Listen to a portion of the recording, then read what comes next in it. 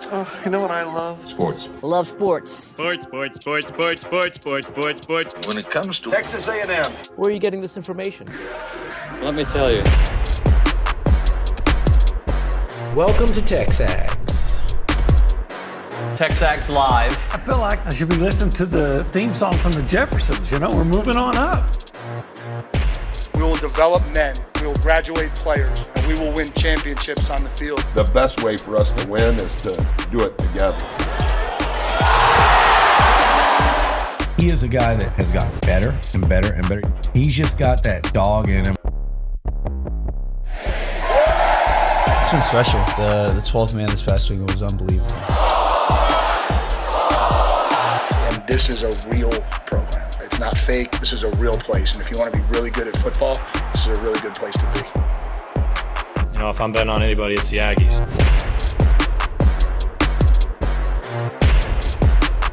Buchanan? Yeah, Nuño. Big game tonight. It is. A little Kentucky action, Rupp Arena.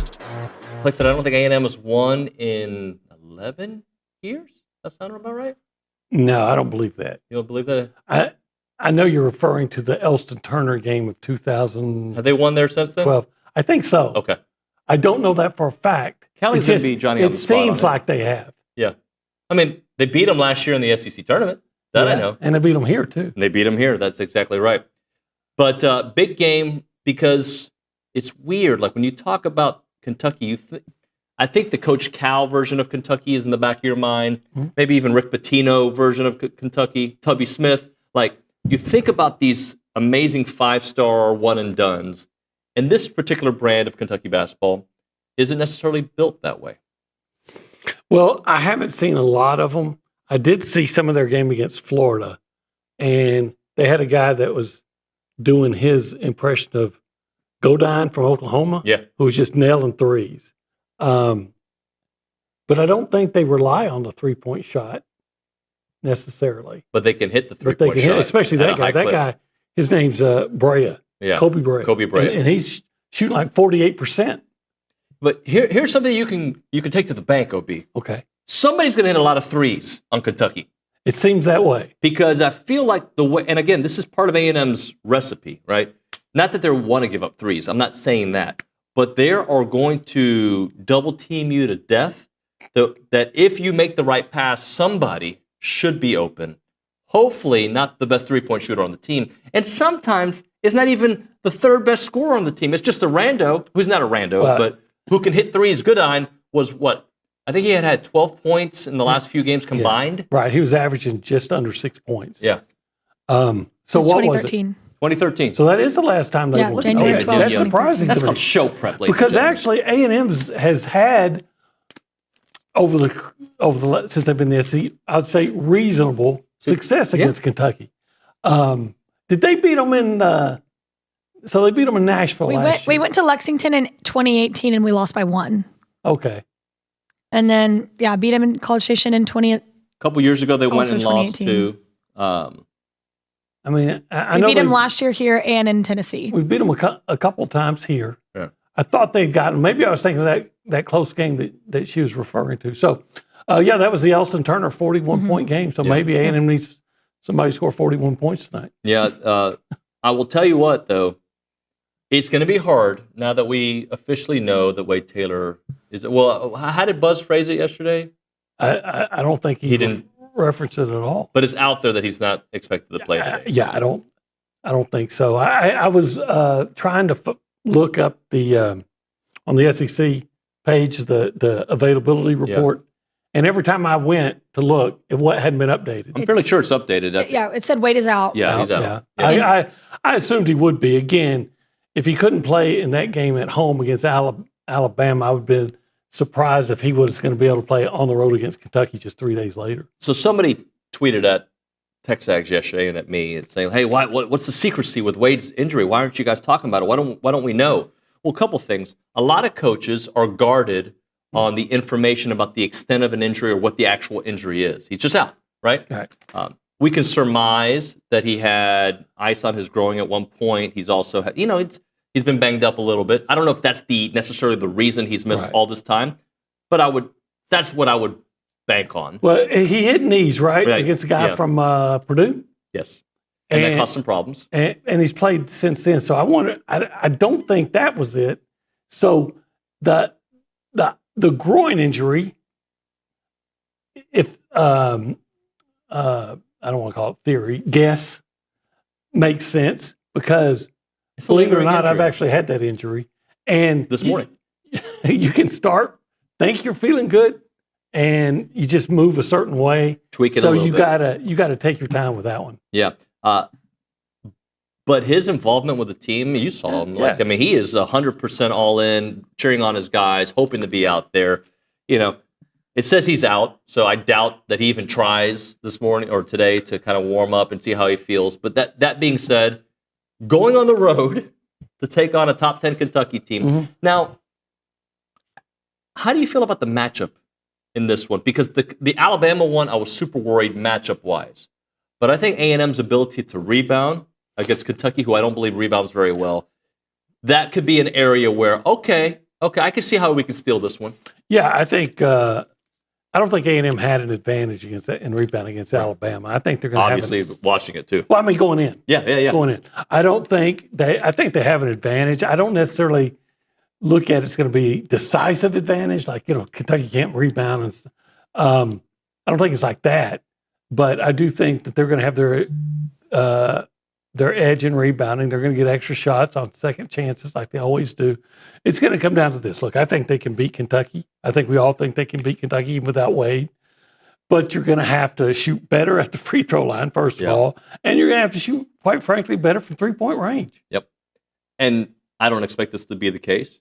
Can't lose the offensive rebound battle. You just can't. Yeah, I don't think that'll be the case. I don't either. Surprised if it is. I don't either. But like, and keep somebody. Yeah, understand that somebody from Kentucky's probably going to have a couple guys strong game, but you can't have the Godine, the guy that hadn't come out of nowhere and be lighting you up. Hey, do you know what Kentucky does well? Makes fried chicken. Well, this is true. You big Colonel Sanders guy? Back in the day, I was when it was the only one. Well, I was actually referring to the basketball team. Oh, the basketball team. Buzz Williams has some thoughts on what makes Kentucky. Oh, they dangerous. do everything well. Well, this is what he said. Everything. Really have enjoyed studying them. For sure, the prettiest offense in the country. Analytically, they're the third best offense. But just how they play, very unique, dissimilar to any team in the SEC in the time that we've been here. Easy to see why Coach has had such success and has such notoriety relative to his offense. Really, really have enjoyed studying. I don't know that we know how to slow it down or stop it. Not many teams have had much success with that, but yeah, they're not only talented and skilled, that's easy to figure out, but their style of play is very distinct, and you have to make a lot of decisions just on how you're going to try to slow them down. And it's been really good. Our guys have been tremendous. The staff has been studying long before I got to it Saturday night, but yeah, we've had a lot of work to do on a quick turnaround and still have some more to do, but I've really enjoyed studying them. One of the things that he talked about, nobody's had success really slowing them down. A&M was not able to slow down Alabama, right? That I think, even though A&M had their chances to win that game, Alabama dictated the tempo of that game. A&M, to have success on the road, I think has to dictate the tempo. Either that, or at least don't get swept away in the tempo that Kentucky wants to play. Again, for me, you just got to.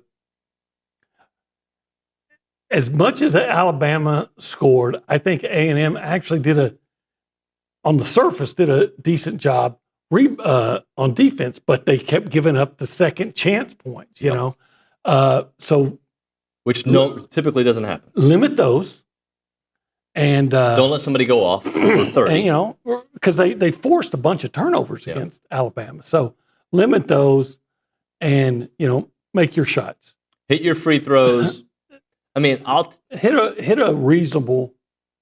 Don't percentage. miss 20. How about that? Yeah, I hope they get 48 shots at it, Yep. and maybe they can make 40. I'll take 40. Take it right now. Absolutely. Let's hear a little bit more from Buzz on the grind of the season, especially the SEC. But they've actually had this grind, this kind of intensity already. Here's Buzz yesterday. What'll be interesting, to your point, on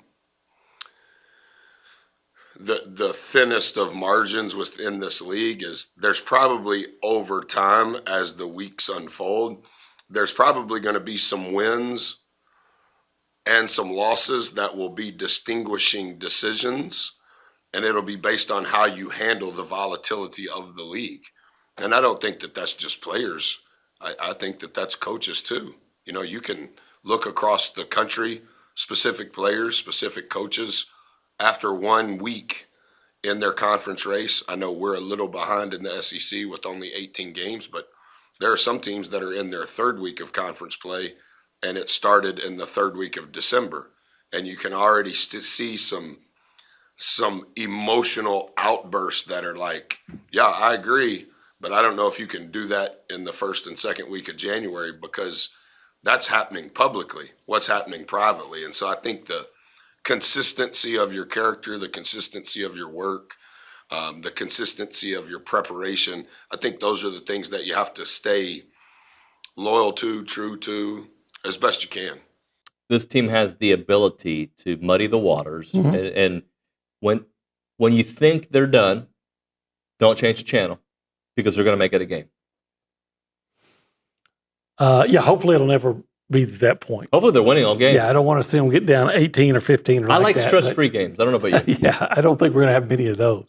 So it's the prettiest offense against the team that wants to ugly it up. Yeah. So I like the ugly chicken this one. yeah, well, there's more of them than there are the beautiful ones, right? Yeah. So Ugly duckling, I should have said. go out and do what you do best, which is ugly it up and do some of the things you don't do consistently well, like shoot better. Well, I got a Well, question they really for you. miss Wade, though. I got a football question for Yeah, you. what is that football? That has question? nothing to do with A&M.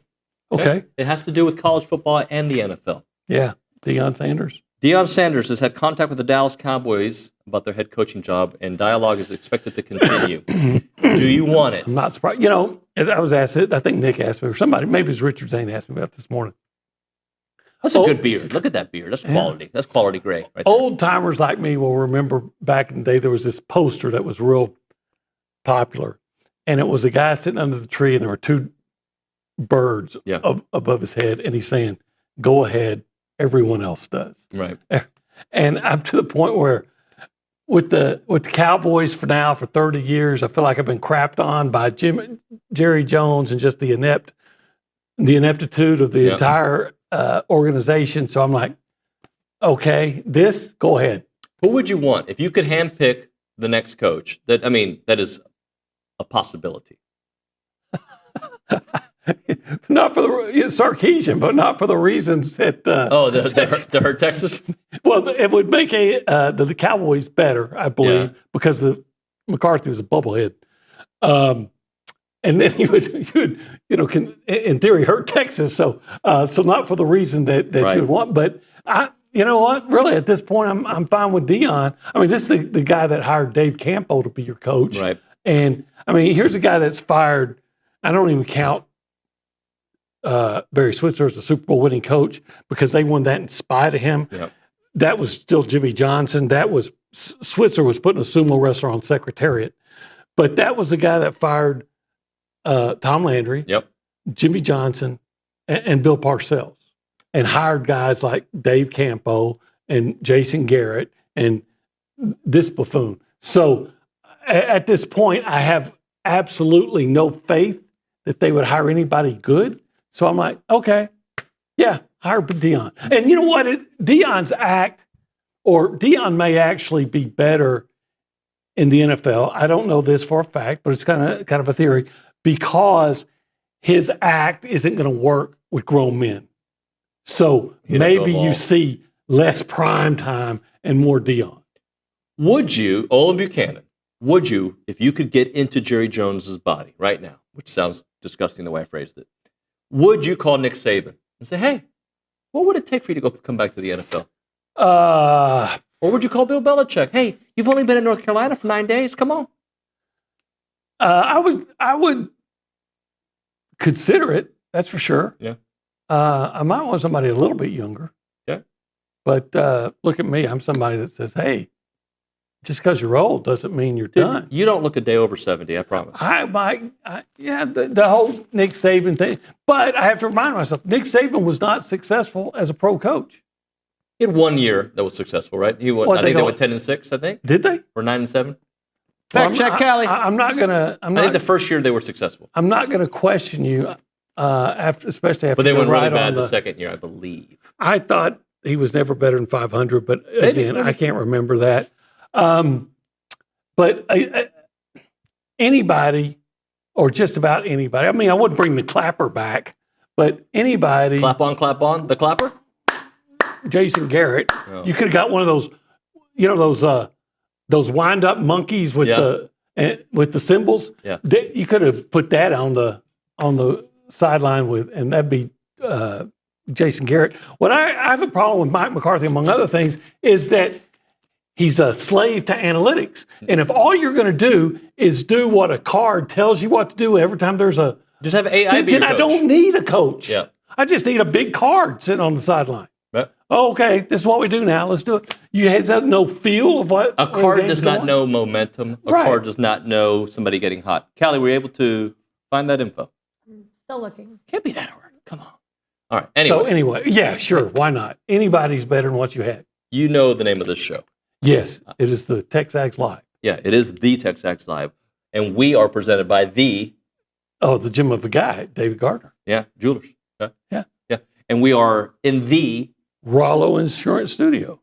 And this particular hour is the Go Hour, presented by the Warehouse of CC Creations. Warehouse C Creation. And if we were to put a little magical box around where we are. It's already here. It is magical. Actually, it is magical. What would we call this area? This is the cool zone. The Holistic Planning Cool Zone. The Holistic Planning Cool Zone, where you can go there to get help on your investments, taxes. Yeah. Tax. That's pretty good. Big time estate planning. Yeah. But the big thing that's really intriguing is the investments, because they'll help you invest in pro sports. Investinprosports.com. How easy is that website to remember? Yep.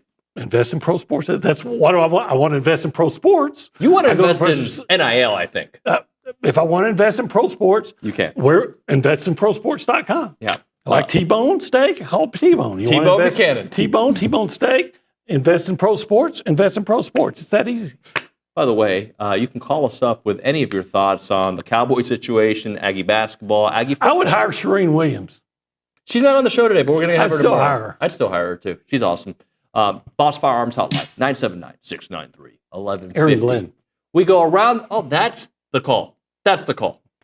Aaron Glenn. Yeah. We go around the room and we say hi to the people. We say hi to my friend, colleague, and of course, the guy who runs the show, Nick Savage. Nick, good morning. Howdy, good morning, y'all. What's up? OB, I have a question for you just now that you brought that up. When's the last time, because you're more of a Cowboy historian than I am, have they ever given the keys to like a first-time head coach?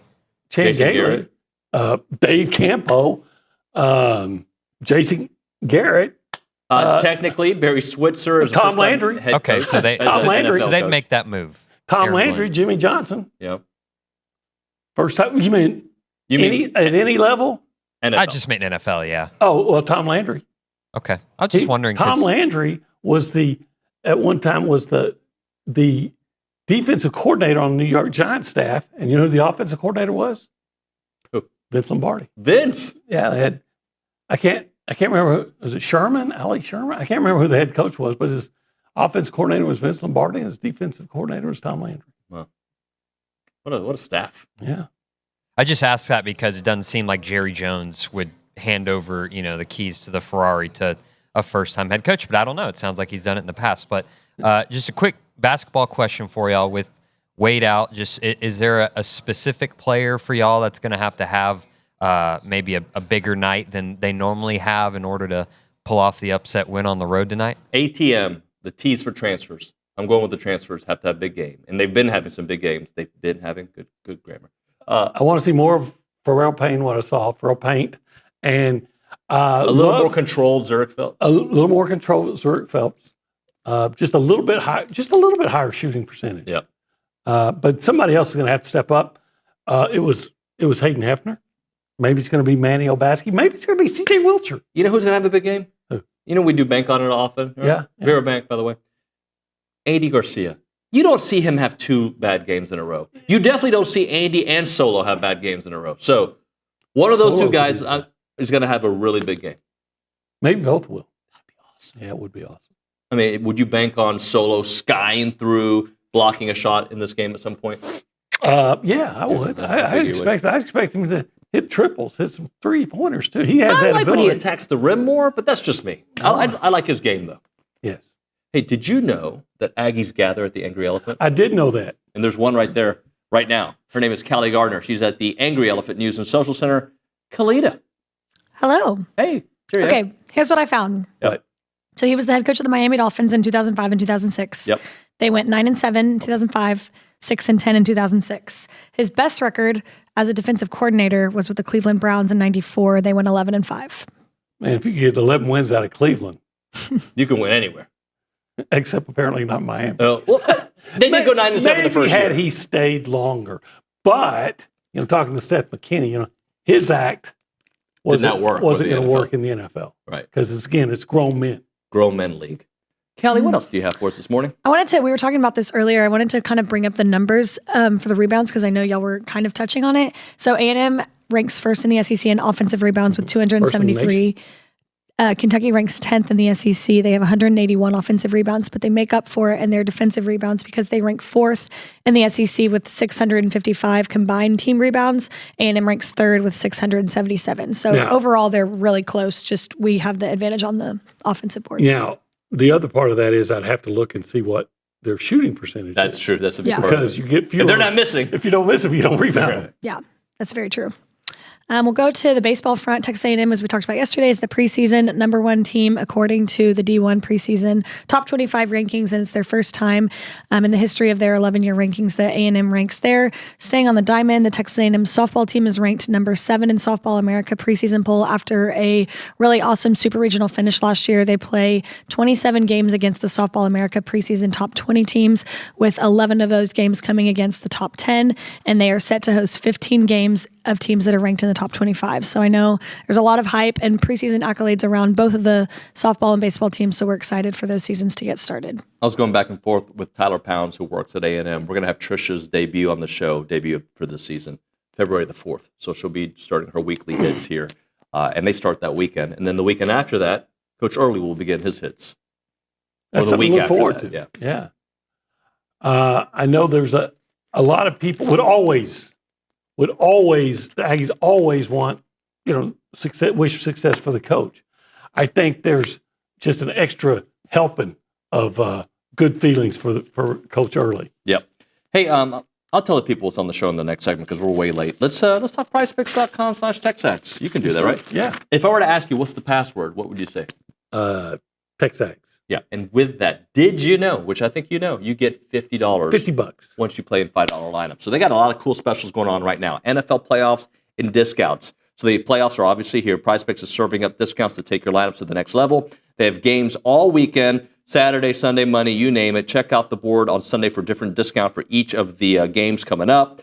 Also, obviously, college football playoffs and the finals coming up. They have stuff for that. It is the way they do it. They have Flex Friday. Every Friday, they offer a protected play to each of their members.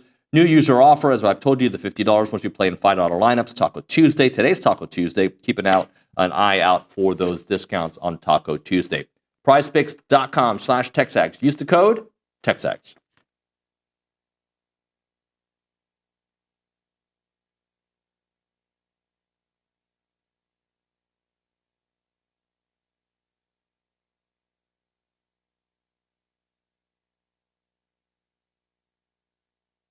What's up, TexAgs? This commercial break is brought to you by my good friends over at Aggieland Chevrolet, the official automotive sponsor of TexAgs.com and me, Billy Lucci. Greg Gunn is the proud owner of Aggieland Chevrolet and invites you to visit the dealership to experience true Aggie hospitality. From their friendly staff to the experienced service team, Aggieland Chevrolet is TexAgs approved. Check out the dealership off of Highway 6 in Bryan or go to AggielandChevrolet.com and tell them Billy Lucci sent you by.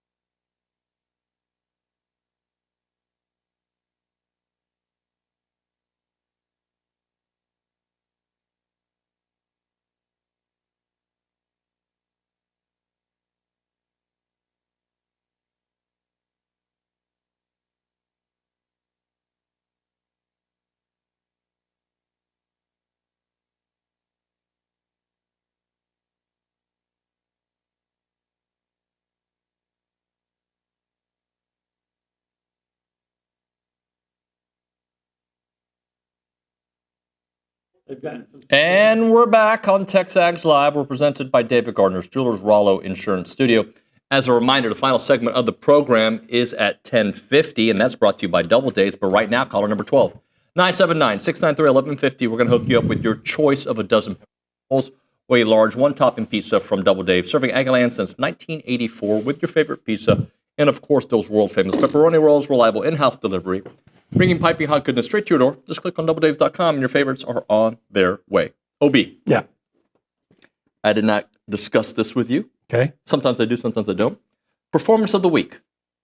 I think I know where you're going to go, but I'm going to allow you to go wherever you want to go. Well, the thing that really stands out to me, you could say Zurich Phelps for what he did at Oklahoma and Alabama, but man, I was really impressed with Pharrell Payne. Yeah. Yeah, Pharrell Payne was huge, especially, honestly, he's been such a nice addition, but I did put both on the list, all right?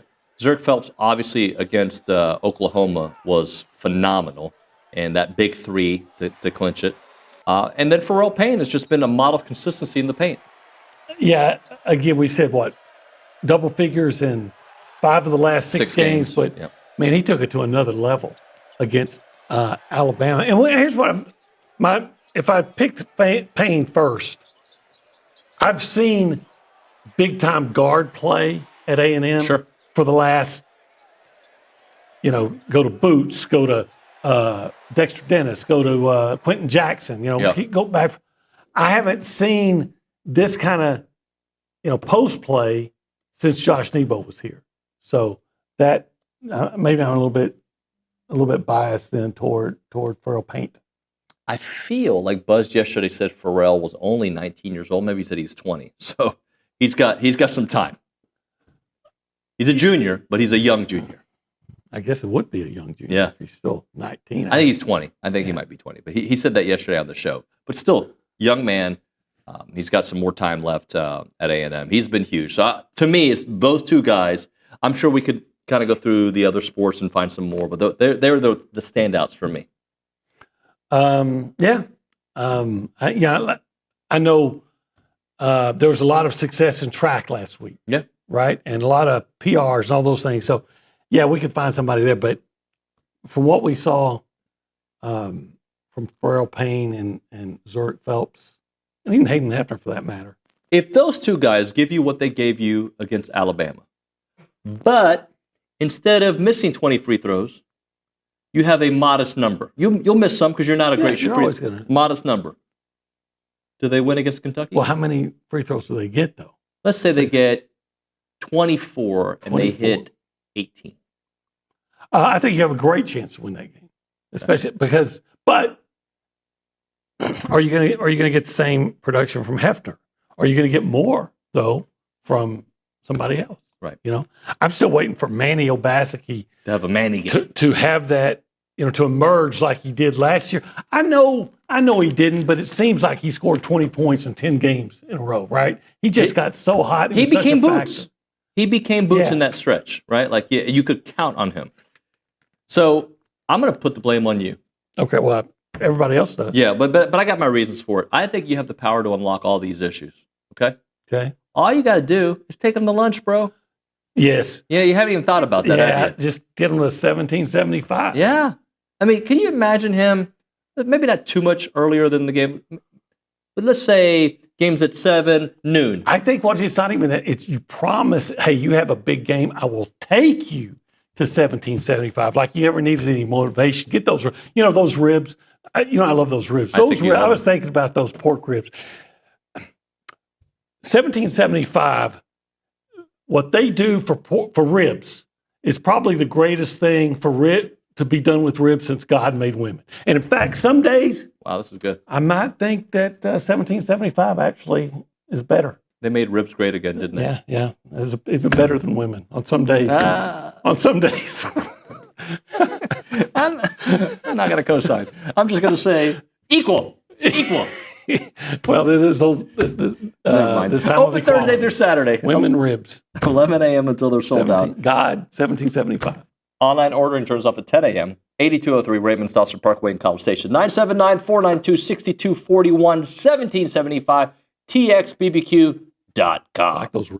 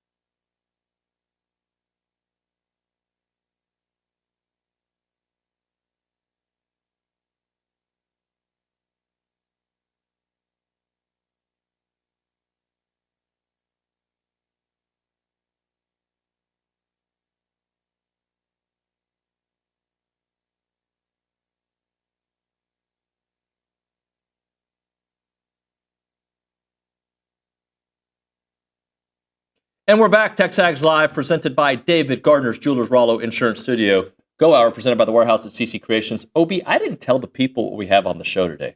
Stop me when you are when you disagree with a guest. Okay. Okay. If not, just keep going. First guess: Jack Pilgrim. He's Kentucky not the insider. chicken guy. No, he's a Okay. Kentucky insider. Well, Kentucky Fried Chicken. Bill Bender, Sporting News. Okay. Gerrod Chadwell, women's golf. Okay. Okay. So far, so good, right? Yeah. Justin Lanham, Aggie insider. I like Justin. I do. Bobby Carpenter, Ohio State, former player and analyst. Yeah, I think he's actually a good college He's football good. analyst. Yeah, he's on Sirius, former player. He's good. He's real good. So that's on the agenda for the remainder of the program. OB, if I were to, so Saturday Down South has their list of the top 10 quarterbacks in the SEC. Interesting. Our buddy, Connor O'Gara, started the list, okay? So my first question to you is, do you think Marcel Reed's on the list? Oh, yeah. Do you think, where do you think where would he be on your list? Right off the top of my head, I'd say top 5. Okay. Yeah. He didn't make the top 5 for Connor, but he's close. He's number 7. Okay. I think that's a good number. I'm going to read you. You want me to start from the bottom or start from the top? Yeah, whatever you want to do. Okay. Number 1. Arch Manning. No. No? I think you're going to disagree. Garrett Nussmeier. Oh, God. Hell, they're already over there talking about Michael Van Buren. Yep. He's not even number 1 in Baton Rouge. In fact, look, I admire the job that Connor O'Gara does, but that's wrong. That's wrong. I think Garrett Nussmeier he has the ability to be awesome and terrible all in the same 4 quarters. Yes. Because in the first half, I was like, this guy is fantastic. Second half, I'm like, ha.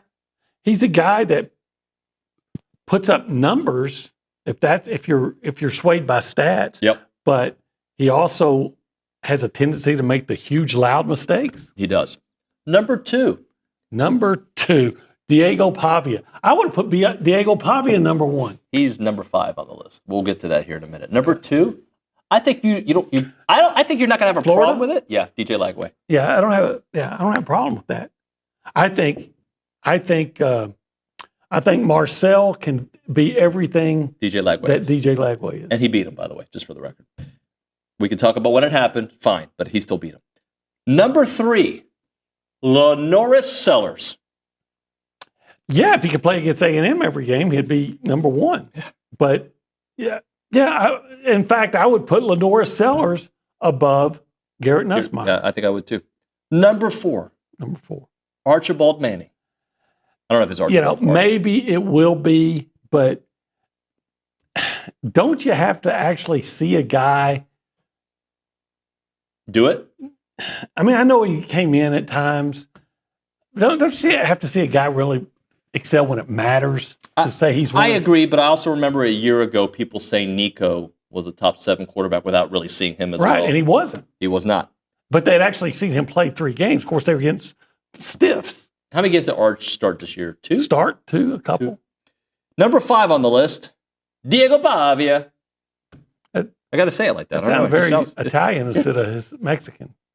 I think it's better as Pavia. It's more like, but he's not Italian. It's more like doing a Mexican voice. Like, hey, no. Diego Pavia. No, see him. Okay, if I'll just say Vato. You got to go Vato on us. I got Mexicans in now. You're married in, so you're allowed to. Right. It's like being an Aggie. You can make fun of us too. The Lord says once you get married, you are one. Right. So I guess I'm Mexican. You're Team Mexican. Number 6, Nico, who's leaving on a jet, whatever. Plane. Yeah. I'm going to leave on a jet plane. Okay. What did anyone see from Nico that would make him better than 10 of the other quarterbacks? Well, this is what he says about him in the first line. Right. The thing I liked most, he's the only quarterback on this list who can say, I led my team to the playoffs. Yeah, I think that was more about their defense and that running back, Dylan. I'm having to see him. Dylan Sampson. I'm going to give you number 7, okay, which is a guy that we know very well. His name is Marcel Reed. This is what he says about Marcel. The thing I like most. I can criticize the ending that A&M finishing with 8 wins was disappointing when you consider it's the SEC's last unbeaten team in conference play. But I can do so while also pointing out that even after falling behind in road games at South Carolina and Auburn, Reed kept fighting and erased double-digit deficits. Yeah. He goes on to a lot more, but also Reed finished the year leading A&M offense that was number 1 in the SEC scoring versus conference foes. Why? Because a guy who lost his job kept fighting. He'll give A&M a chance every time he steps on the field. Yeah, I'm actually very high on Marcel Reed, and put some good people around him. Yep. Marcel's got to be a little more careful with the ball. Okay. I go back to that interception against USC, the first one, when you could have run for the first down and you threw into coverage. Right. You got to recognize, maybe you just didn't see it. You got to recognize that. And look, if you need the proof that the importance, the weaponry of a running quarterback, look at Notre Dame. It's not like Riley Leonard is lighting it up, throwing around. Will Howard, for that matter. It's not like they're just throwing it around like crazy. Right. No. In fact, what makes Riley Leonard dangerous is not only his ability to run, but his willingness to run. Number 8 on the list. Number 8. Austin Simmons. Austin Simmons. Ole Miss. Again, a guy that hadn't played. Yeah. I thought it sounds like a high school. Austin Simmons. Huh. They have a really good women's volleyball team. Very good. Number 9, Gunnar Stockton. Okay. I'm going to give this kid the benefit of the doubt and say, yeah, he was up and down in what little he played, but guys get better. Yep. And number 10, Talon Green. Okay. It's funny to me how, he was okay. He was okay. It's funny to me how the Razorback faithful was so excited about him and expected so much more because KJ Jefferson left. And he was playing like, KJ Jefferson was this guy better than KJ? No. It's kind of the same situation, though, when I wonder about Texas. They want to replace a guy that got them to the playoffs 2 years in a row for the unknown.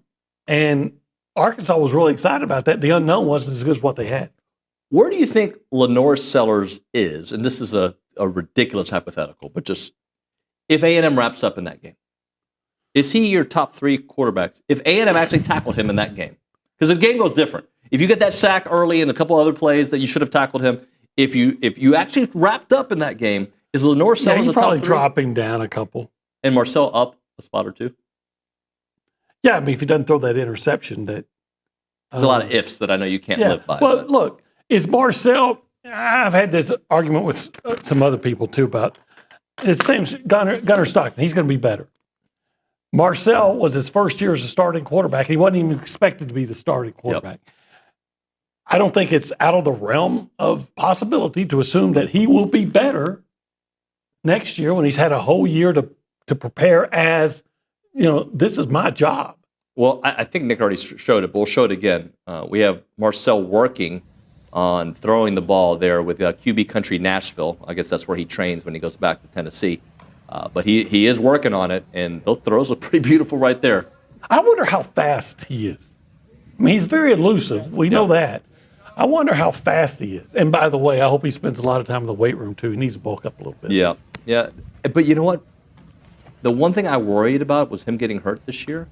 And it's hard because, again, he's elusive. He's slippery, too, right? Yeah, it's hard to get a good shot on him. Yeah. In fact, I worry about him getting hurt more in the pocket than I would be of him running downfield. All right, let's hit a break. We'll come back with some text messages there at the Angry Elephant News and Social Center. The difference is real. Rollo Insurance is an independent insurance company built around educating you on exactly what you're paying for. They do the shopping for you so that you can accomplish all of your insurance goals. 60 offices in Texas. The headquarters right here in College Station, right there on Highway 6. That's why you see Jason Jackson, the whole crew, all around town. And smart people with good information tend to make good decisions. Obviously, you're a smart person if you listen to the show, so make a wise decision by going to rolloinsurance.com/TexAgs. Your risks are their business. Again, 15 minutes can save you 15%. RolloInsurance.com/TexAgs, 888-44-ROLLO, or again, RolloInsurance.com/TexAgs.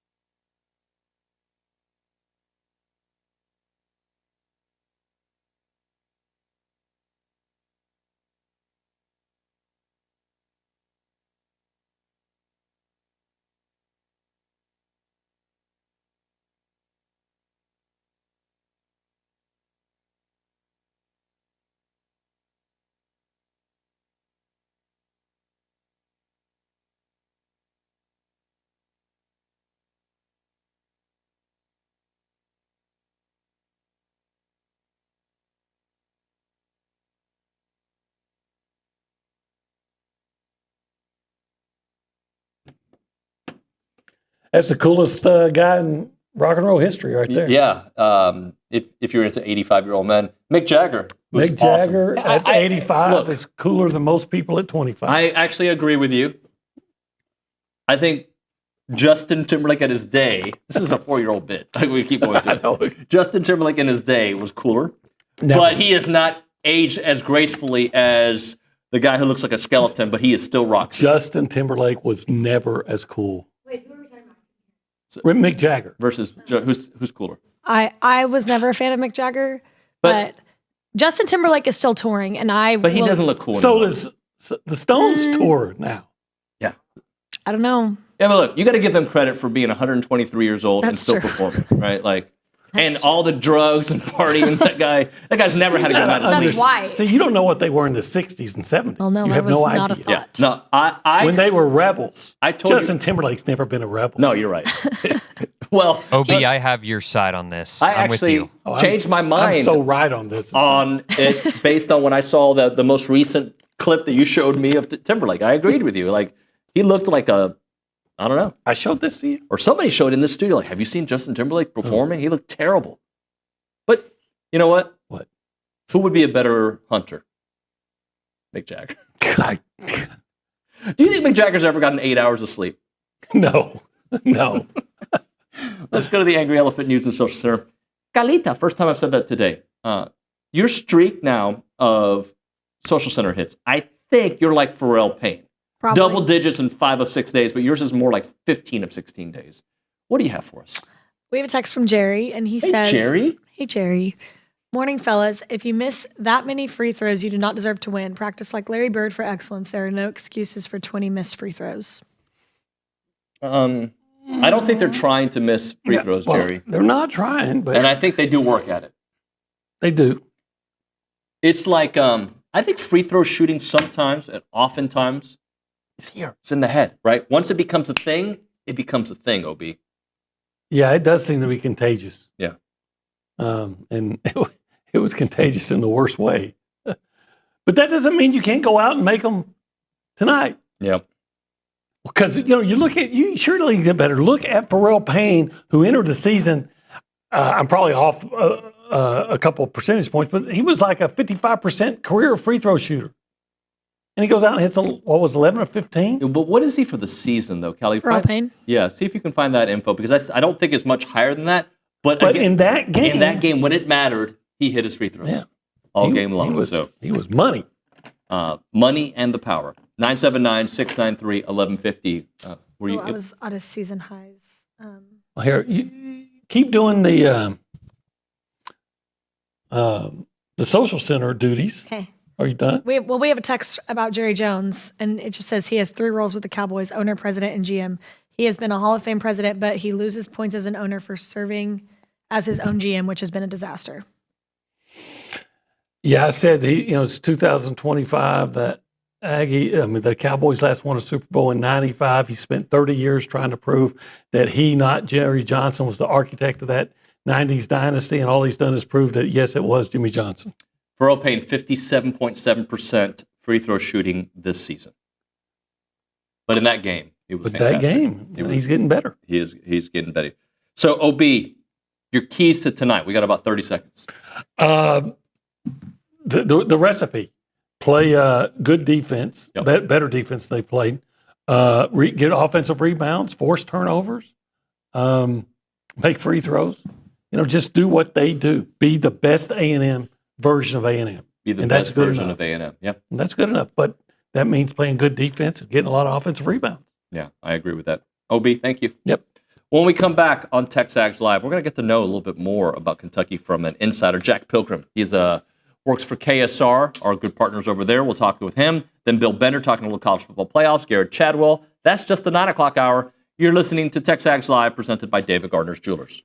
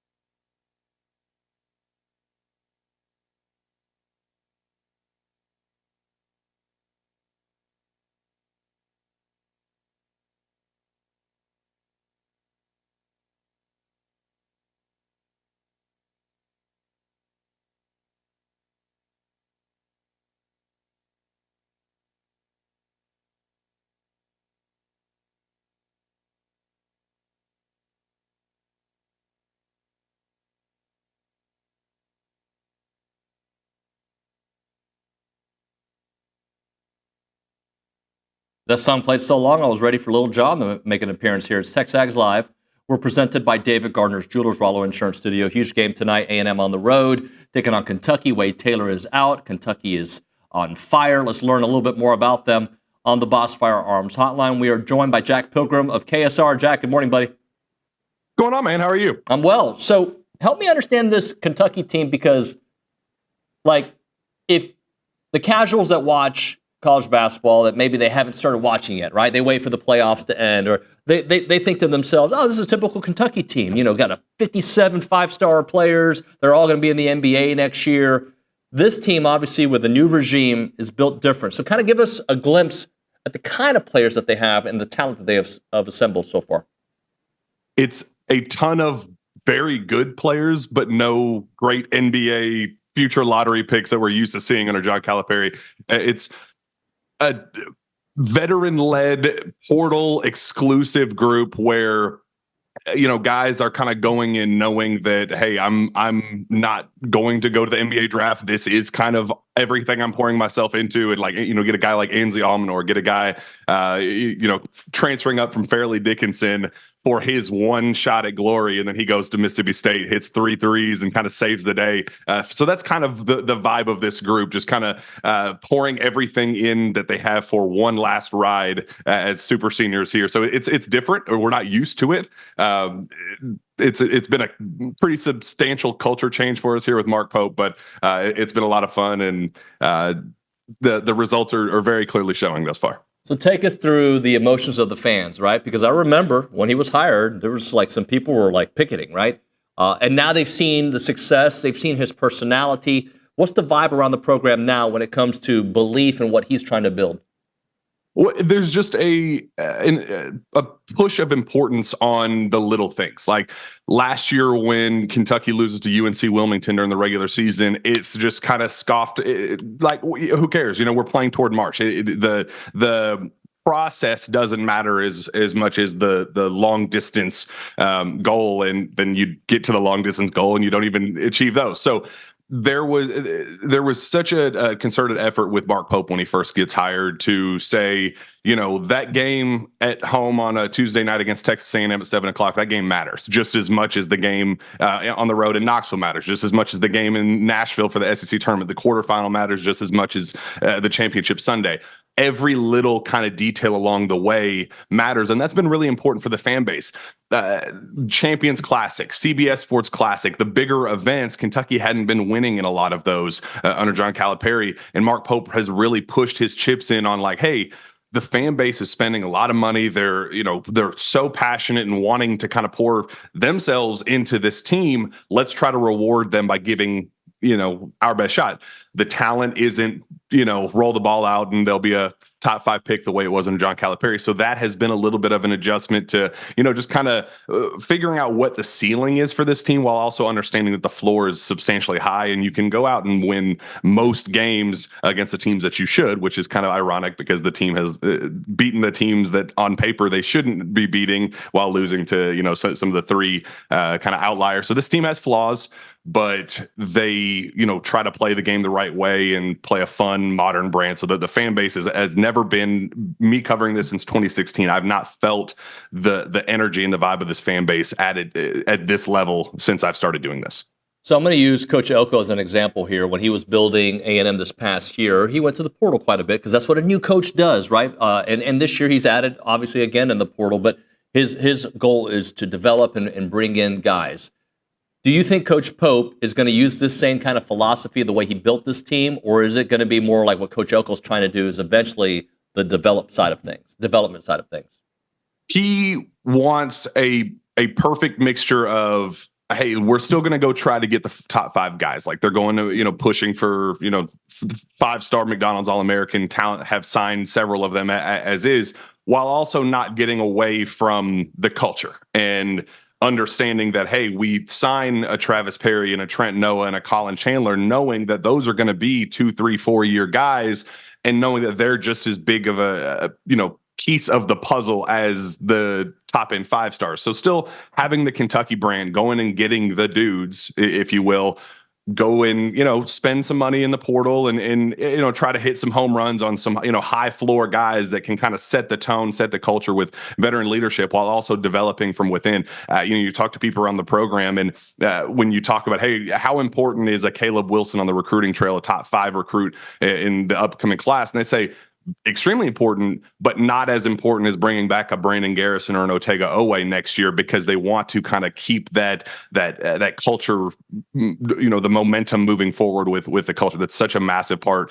So that it is kind of, retention is just as important as high school recruiting as it is transfer portal recruiting. Talking to Jack Pilgrim, he covers Kentucky for KSR. Jack, what happened to Coach Cal? Because first off, are you surprised that Arkansas hasn't had the success? And there's already whispers about how long he wants to be there. I always use the term lost his fastball. Did he lose it? Is the new era of college athletics kind of doesn't jive with what he likes to do? What do you think has happened to him? Just having a solid relationship with him and the staff, and just kind of how the day-to-day culture when he was here. You hear things along the way of like, the engagement, the locked in, the focus. After COVID, actually, the COVID year was kind of like the first time that he had ever hit pause in his life and just kind of took a step back and go, oh, like, hey, me moving 110 miles an hour every single day of my life, it feels pretty good to kind of take a step back and kick my legs up in my recliner and, take a load off. Like, hey, I'm a Hall of Fame coach. I've earned this. And that has spread kind of like wildfire throughout the rest of the coaching staff and just kind of the support staff and the things like that. There's just, a lack of accountability and, kind of pointing fingers and like, hey, if something doesn't get done, well, it's not my fault, it's that guy's fault.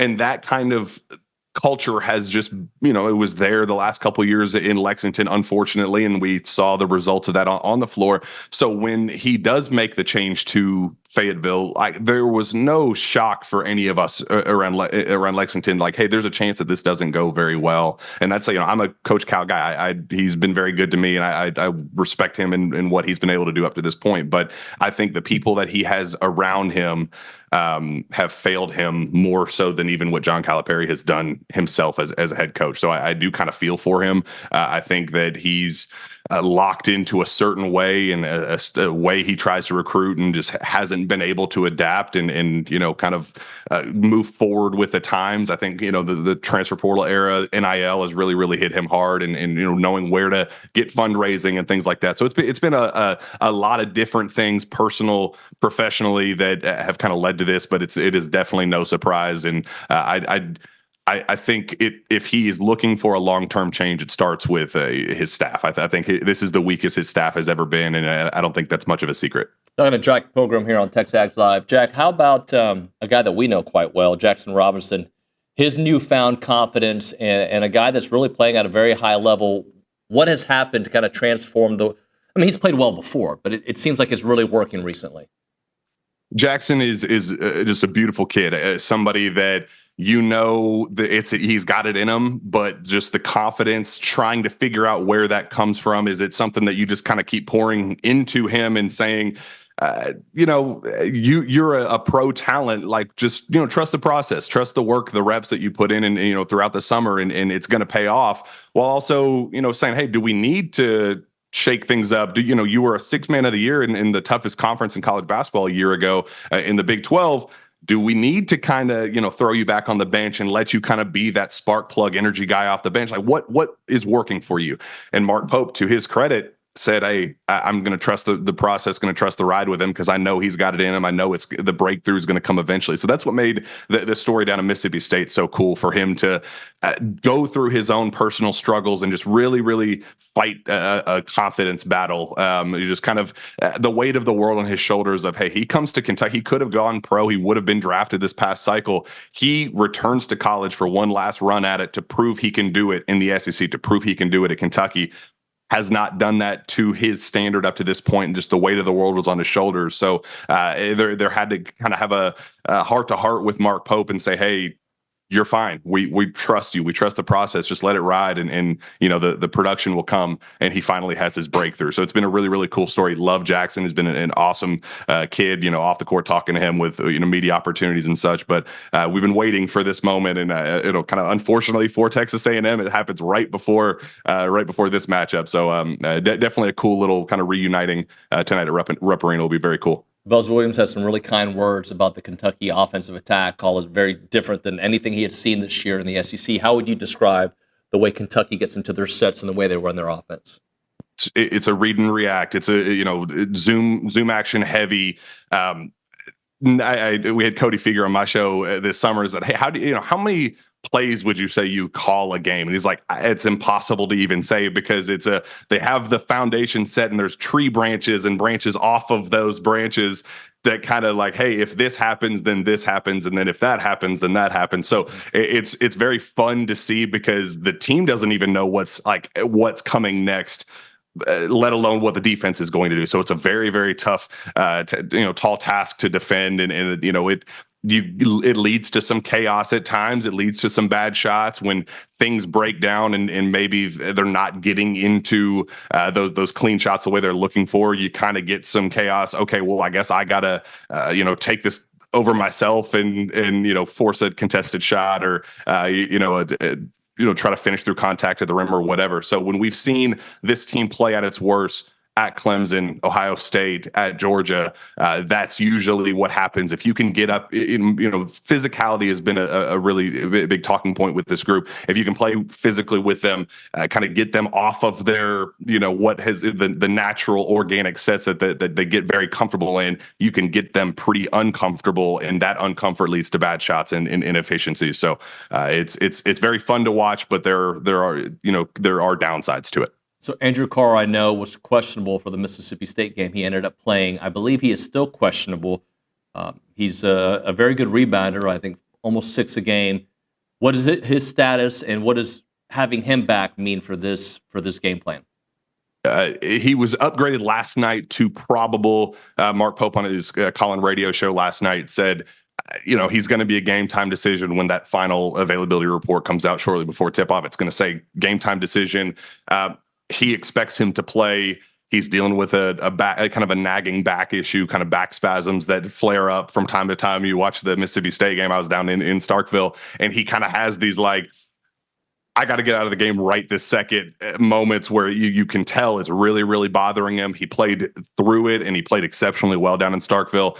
One of his better games, coming off a pretty rough performance down in Athens at the Georgia game. So that's definitely something to monitor, especially with offensive rebounding. You just battle of the glass being such a big talking point with this matchup. Texas A&M being as talented as they are, with the physicality, with the kind of cleanup opportunities, need to have Andrew Carr at his absolute best. He's definitely kind of a straw that stirs a drink for Kentucky, if you will. A lot of the offense runs through him, and he has a good kind of face up, inside out type of game that he's really, really important to what Kentucky does. And if I don't think they win that game without him down in Starkville. So definitely a crucial head-to-head matchup here tonight as well. Yeah, Jack, I thought Alabama was a bad matchup for A&M just based on what they do really well, and no Wade Taylor, obviously. Again, no Wade Taylor. Looks like tonight against Kentucky. Is A&M, though, a bad matchup for Kentucky based on what A&M does well, or is it a good matchup potentially? You kind of have to balance the, Wade Taylor, the infamous waving to BBN, leaving the SEC tournament last year in the quarterfinals. The last time we would see, John Calipari coaching in a Kentucky Blue Blazer in the SEC. So that it's obviously Wade Taylor was kind of the final goodbye. So a lot of eyes on him. Without him, you do kind of like the guard matchup for Kentucky. Lamont Butler has been absolutely exceptional. Jackson Robinson, if he's playing up to his standard the way that we saw him down in Mississippi State, that's definitely an advantage to be had as well. But that front court, I mean, you just never know what you're going to get out of Amari Williams. You never know what you're going to get out of Brandon Garrison, and obviously Andrew Carr being limited with a back issue, with the physicality and the toughness. Soft has been kind of a word thrown around with this group, and they heard that they kind of had to answer the bell a little bit down in Starkville.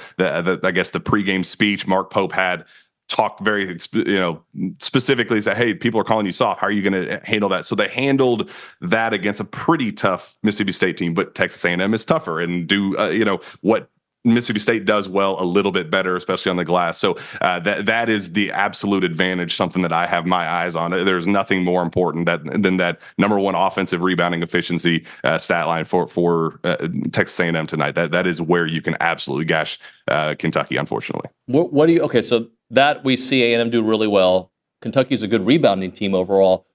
What's the matchup though? Is it how they cover the A&M backcourt? Is it maybe Pharrell Payne considering the front court and some of their issues?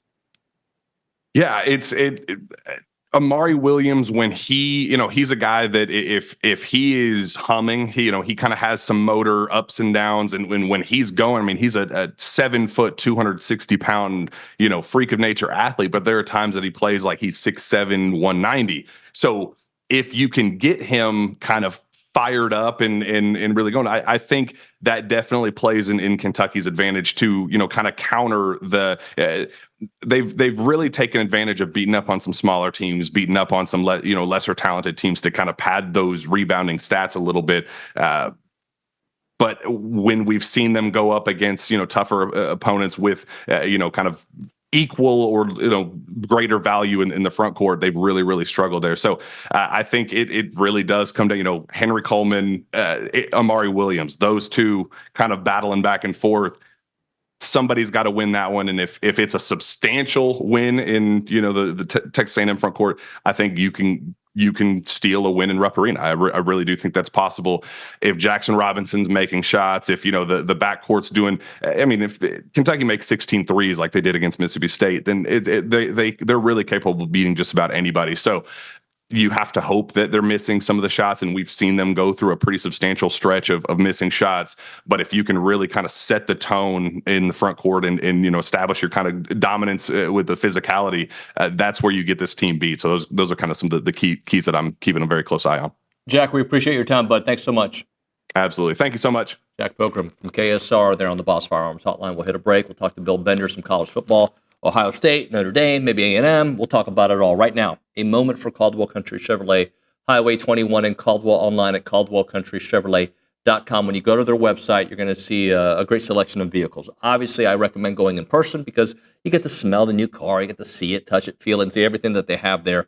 Great staff. They're going to make sure that you get the right price at the right trade-in value, and just make sure that you get the vehicle that you need, and they're going to help you throughout the entire process. Not a far drive either. We're talking 15 minutes from the edge of Bryan to the beginnings of Caldwell.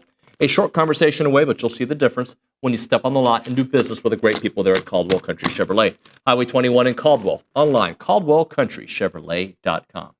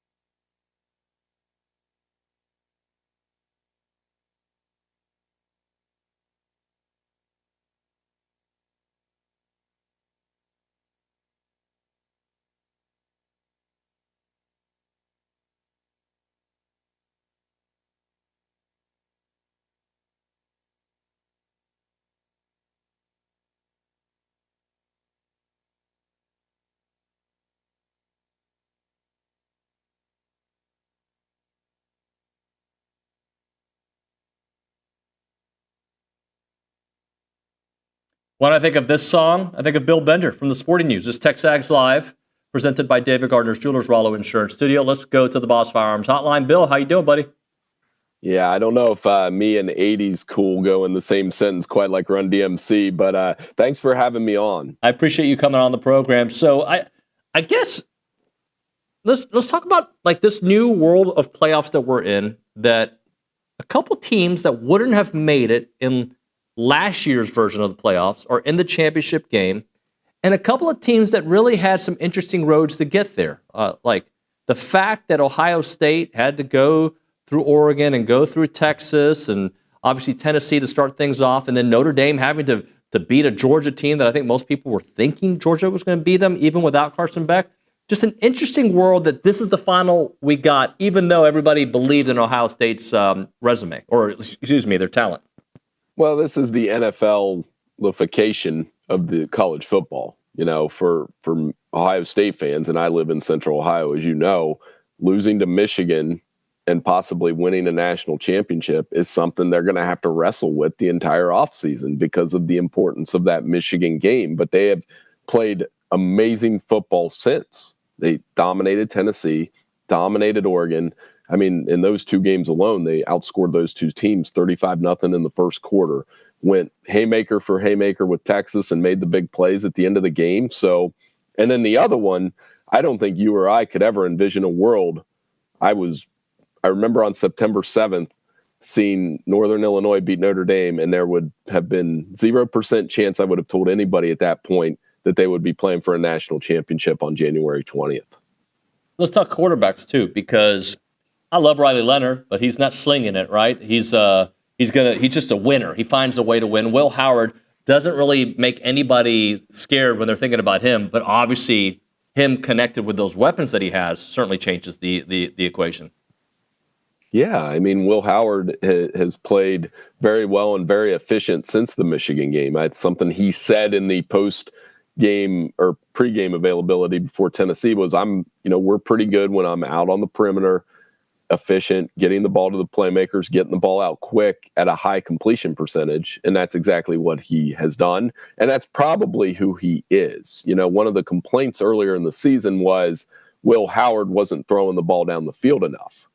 Well, you see what happens when he does that with Jeremiah Smith, who that guy's pretty good, by the way. There aren't too many freshmen that I've thought, and I don't know if you feel the same way, that I thought, hey, this dude could play in the NFL right now. Right. Myles Garrett was probably one.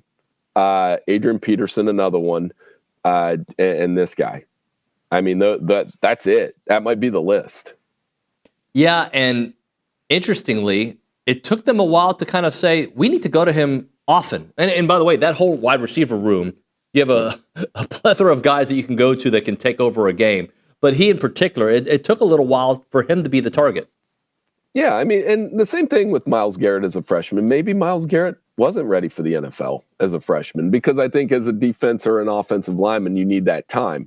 Receivers a little bit easier today to make that adjustment. And he's certainly a physical freak. When you're getting compared to Julio Jones or Terrell Owens, those are very good NFL receivers. And as you mentioned, Emeka Egbuka is in that room. By the way, Emeka Egbuka is probably going to break the all-time Ohio State records for receptions. He needs 2, and receiving yards. He needs that one. He'll need about 80 in this game. And that's pretty a nod to what he's done when you consider how many good Ohio State receivers have gone through that room in recent seasons. So, yeah, I mean, they have a loaded room, and I think Jeremiah Smith, Texas clearly was trying to take him away, and that worked. It worked. He had 1 catch for 3 yards. I thought they had an outstanding game plan for keeping the Buckeyes in front. And Notre Dame will probably rip a couple pages off that. So how has Notre Dame done it, in your opinion, to get to where they are now? The schedule wasn't the hardest, right? But 13-1, you can't argue with the resume now at this point. Yeah, I think it's Marcus Freeman has borrowed the script from his old coach, Jim Tressel. You know, living up here in Ohio for years, Buckeye fans would get frustrated. They would see a 27-10 box score at the end of the year or end of the game against like Wisconsin. And the defense, they would dominate. They would not allow the other team to run the ball. They would make a handful of game-changing plays on special teams, and the offense would be ugly for 3 quarters and then grind out a victory. And you'd be like, how did that happen? That's how I felt after Georgia. That's really how I felt after Penn State. Penn State dominated the first half. I thought Penn State was going to walk away with that victory. And then the halftime adjustments Marcus Freeman made, they come out 7-play, 75-yard drive, and all of a sudden it's a ball game. I think that is a very tough, experienced team that is going to go down there Monday believing they can win the game when everybody else doesn't.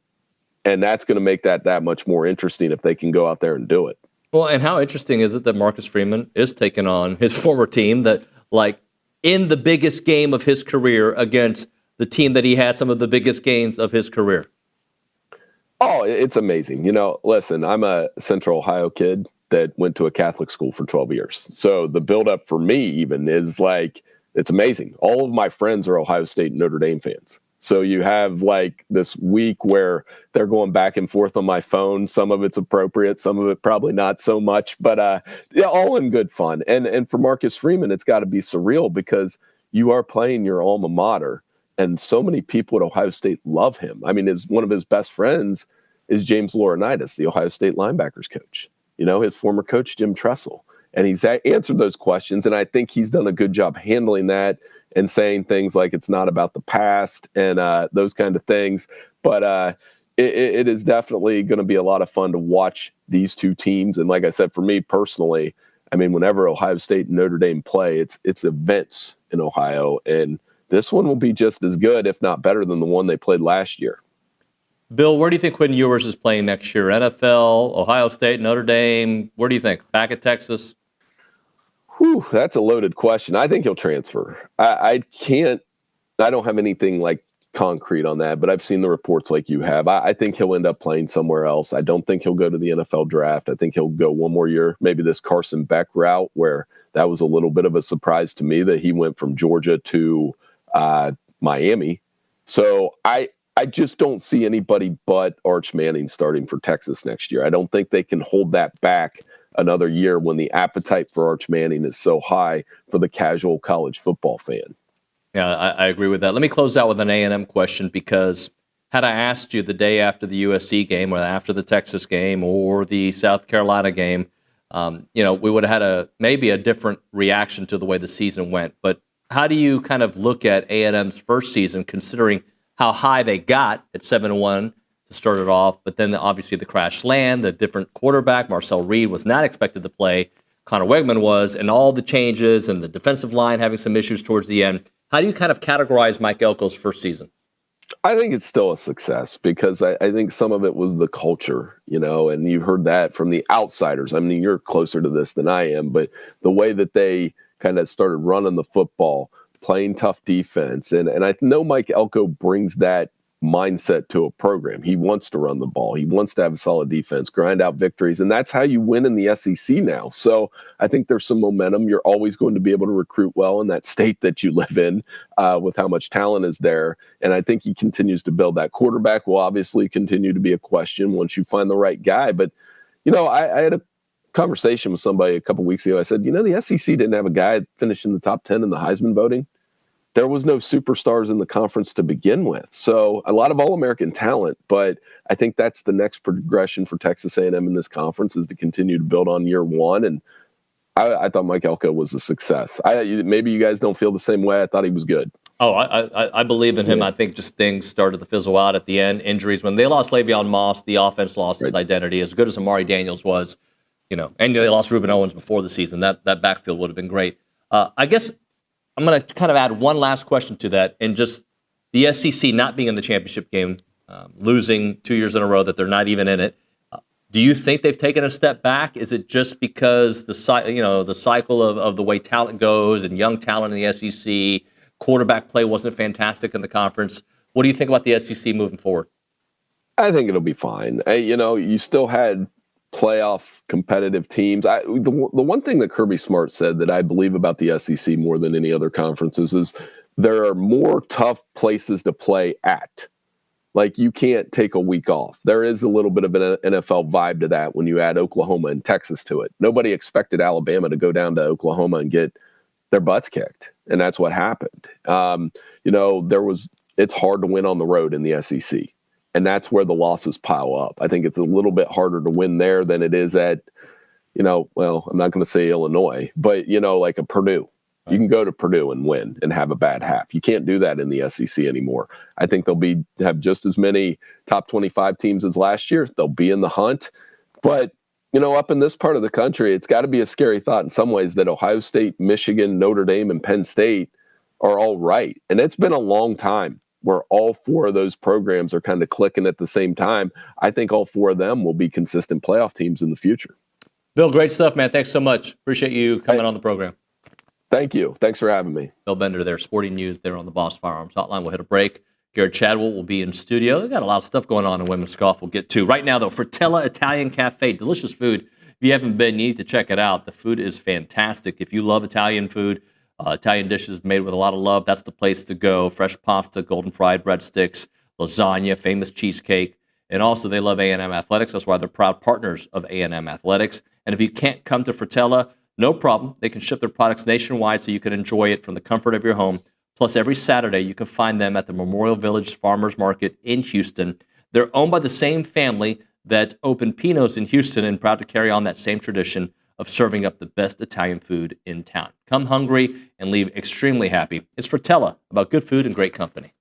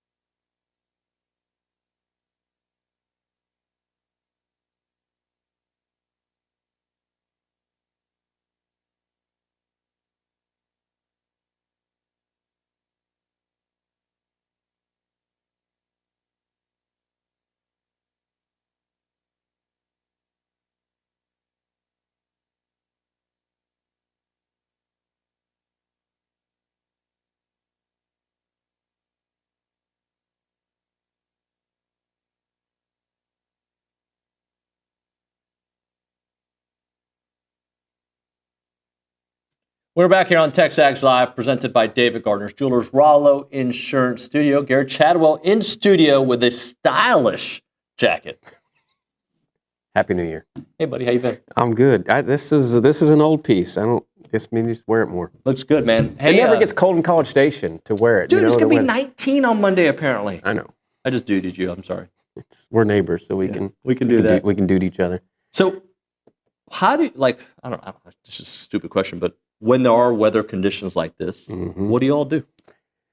Right now it's normal, but we like wear 19. we wear nice, warm, cool, puffy jackets. Yeah. No, we can still, so long as there's not really precipitation or moisture, we can get some things done. I think any golfer would probably say time off or time away, short game, chipping, putting, your field shots are the first ones that go. So, if we can still keep a wedge and a putter in our hand, we can keep a lot of that stuff away. We're supposed to go play Oklahoma State in a match in San Antonio this weekend, and the weather just keeps getting worse and worse. Right. So, I still think we'll get something in for the team, but kind of TBD on Sunday, Monday if we're going to play that match or not, with what the weather's doing.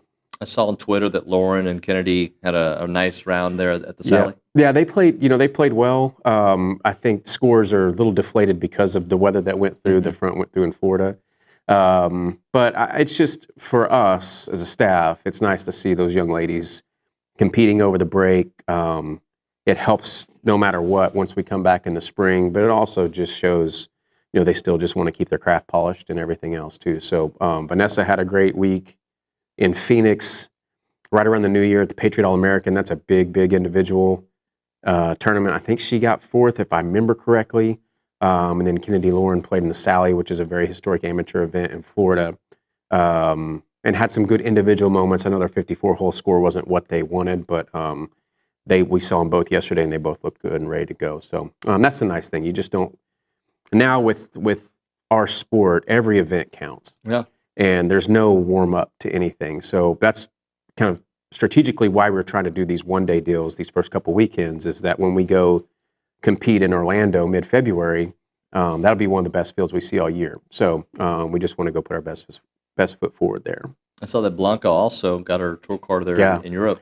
That's the we were just sharing before we got on air. This was, I feel like, the first break that I've had in my coaching career over the holidays, and was able to reflect that you got Blanca with full card, Adela now with LPGA Tour status, Haley Cooper with a full card, and they were just hitting shots for us not too long ago. So it's really cool now that as we've planted our flag at the national championship and in competing for one, now we got our flag flying, at the highest level of our sport, which is really neat to see. Yeah, I also know how busy you guys are, so whenever you can get a little bit of a break, and also it probably allows you to pay attention to what's happening. Yeah. Because I know you get your reports, but to be able to sit down on the couch, you're like, all right, let me check my phone. Let me see what's actually happened out there. Yeah. So San Antonio potentially this weekend. Yep. And then Arizona in a couple weeks. We literally the next weekend. So the first 2 weekends, this weekend we're supposed to play just an individual match against Oklahoma State. The next weekend we're going to go out, do some testing with Ping on Friday. Play Greyhawk on Saturday, where we have a lot of good memories. That was the first couple of years of our national championship run. And then Sunday, Monday of next weekend, we'll play an 18-hole deal at Superstition Mountain in Phoenix, where they're having an NCAA regional this year. And there'll be 7 or 8 teams. So I know, seeing the forecast, we'll get that one in. And just this weekend, we'll see what happens to start getting ready for April and May. BC was getting me ready for this, and he was talking about how good Kata has been. Yeah. Just give us an update on her growth. That was, this morning at a workout was just ready to go. And, I think every coach would sit here and say they coach each player differently. And, whether you can openly admit that, it's the truth. Right. But Katza is just Katza, and I coach her differently, but love her the same as I do the other players. And I give her space. I know once her name is called on the first tee what it means to her. The hard thing, I think, for some of these young ladies to understand is everybody prepares differently. Right. There's some people who have to do it morning, day, and night, sun up to sundown.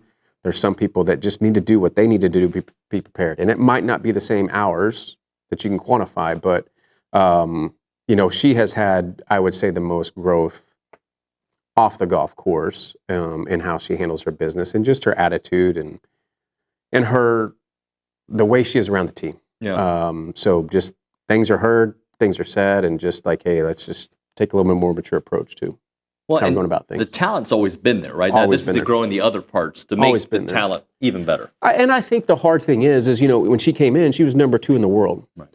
So in a way, she only has one way to go, and that's down. So and the adjustment to that, sister being here, it really helped.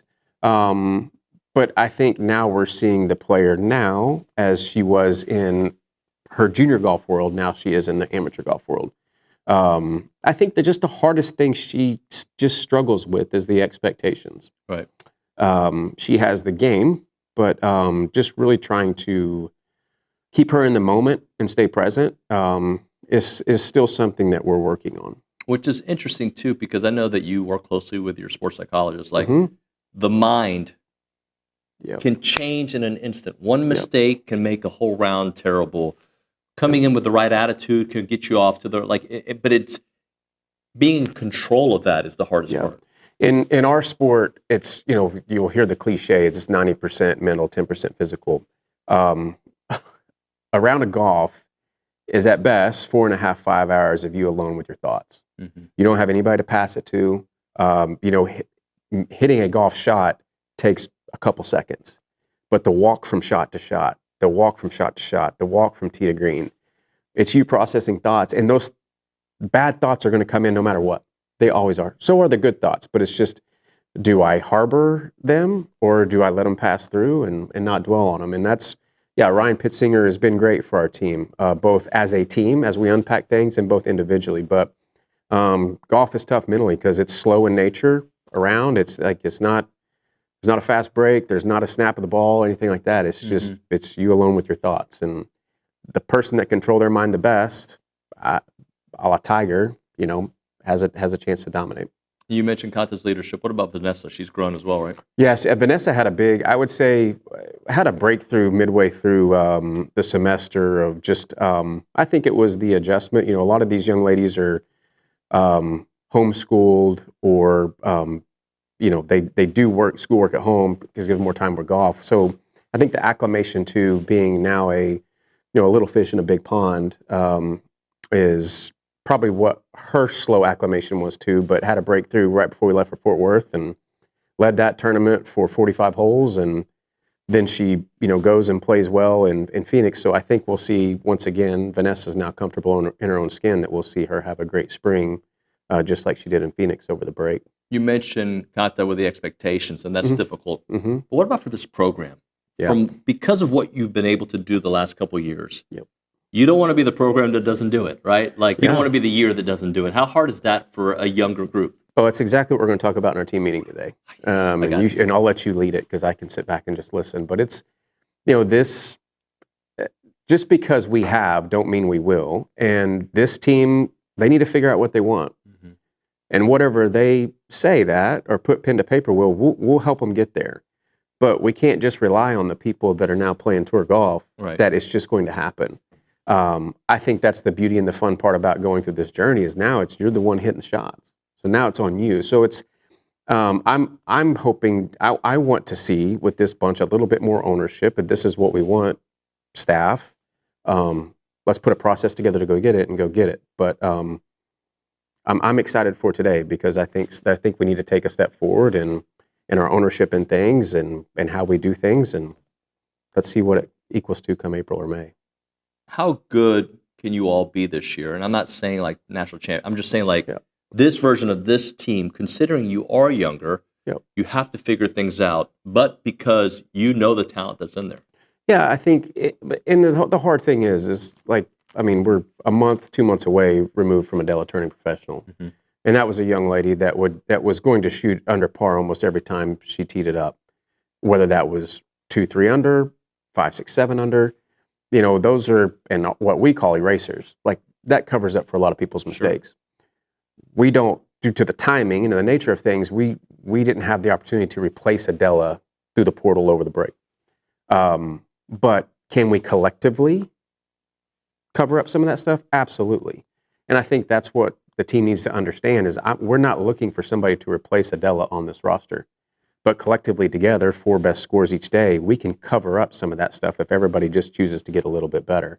And I think that's the way we got to attack it.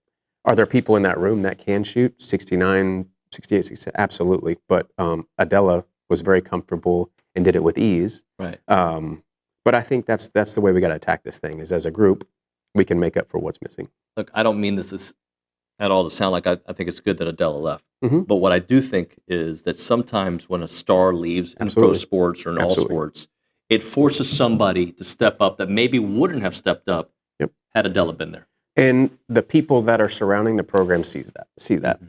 Right now, what we have seen is just about right here in our building. And you see that experience, you see that composure, you see all that stuff leaving. Right. But those that are working with the program and around the program say, hey, it's going to be all right. There's young ladies that are ready to step up. And so that's what we're excited for. And it's their opportunities, we just said. Yep. You know, the young ladies that have left that put this program on the map, they had their opportunity. Now it's the young ladies in the room this afternoon that have that opportunity to do that. Gerrod, thank you, sir. Absolutely. Thank you for having me. Great seeing you, man. We'll see you soon. Your car wash, tradition with the friendliest staff, wants to remind you that Aggie Land Express Car Wash is the first green car wash where they recycle 100% of their water. They've got 2 locations, the original on William D. Fitch. You've got the newest location on Texas Avenue across from the Planet Fitness. Both locations offer all the services that you want, but the newest location, the one on Texas Avenue, offers the full service wash. They'll take care of all the cleaning, the drying, you name it, and they've got 3 levels of full service washes. So if you want to try a basic full one right now, the first caller is going to get that. Call 979-693-1150. We'll give you a $40 value right now from Aggieland Express Car Wash there, the Texas Avenue location, 979-693-1150.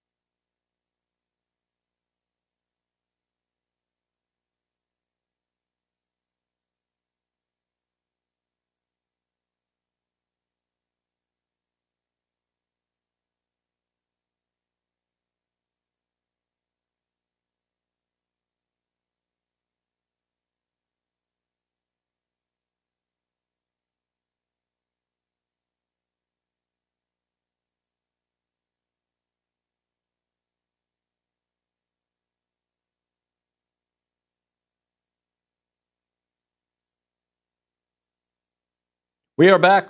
We call it TexAgs Live. We're presented by David Gardner's Jewelers. We're in the Rollo Insurance Studio. We go to the Angry Elephant News and Social Center. Callie Gardner's there. Callie, you've been training up a storm. We got the new crop of interns here. Oh, yeah. Telling them all what to do. How are they doing? They're great so far. You're just being nice. I heard what you said earlier about Reed in particular. Yeah, it's true. Anyway, what do you have for us here? Yeah, there's been a lot of talk about, I know Paul Feinbaum mentioned that he thinks that the road to the national championship now is going to be a lot more tough considering, at least for the SEC, considering it's a 12-team playoff. And saw an interesting thing in the YouTube chat, and it says someone had a Big Ten fan tell them on Twitter that all the previous championships no longer matter since the format has changed. Okay. Sure. Whoever, guys, we can't recreate the rules of the past because of the future, right? Like, you just can't do it. It's like also like what was socially acceptable on television in the 80s and in the 90s. You can't get mad at them for what was okay back then today. You can't take away championships or no, that's not how it works. It's a new era of college football.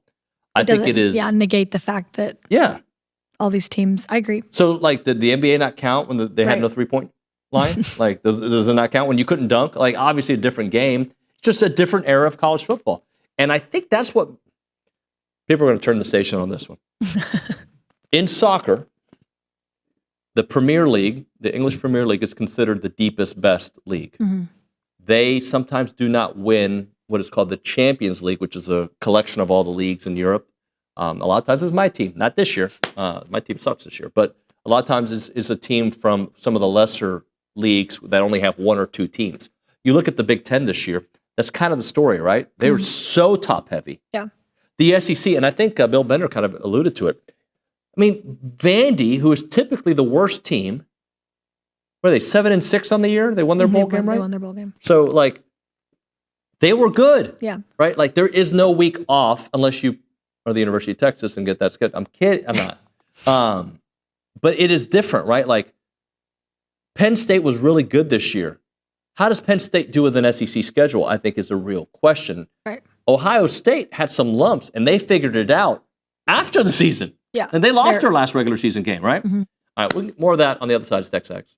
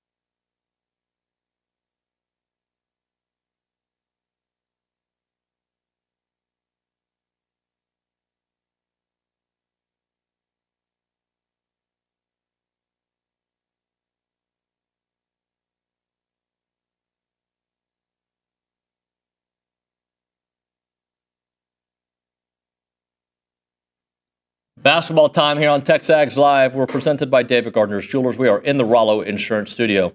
We're going to go straight to the Boss Firearms Hotline. That's where we're joined by Justin Lanham, TexAgs Basketball Insider, breaking things down. Justin, good morning, buddy.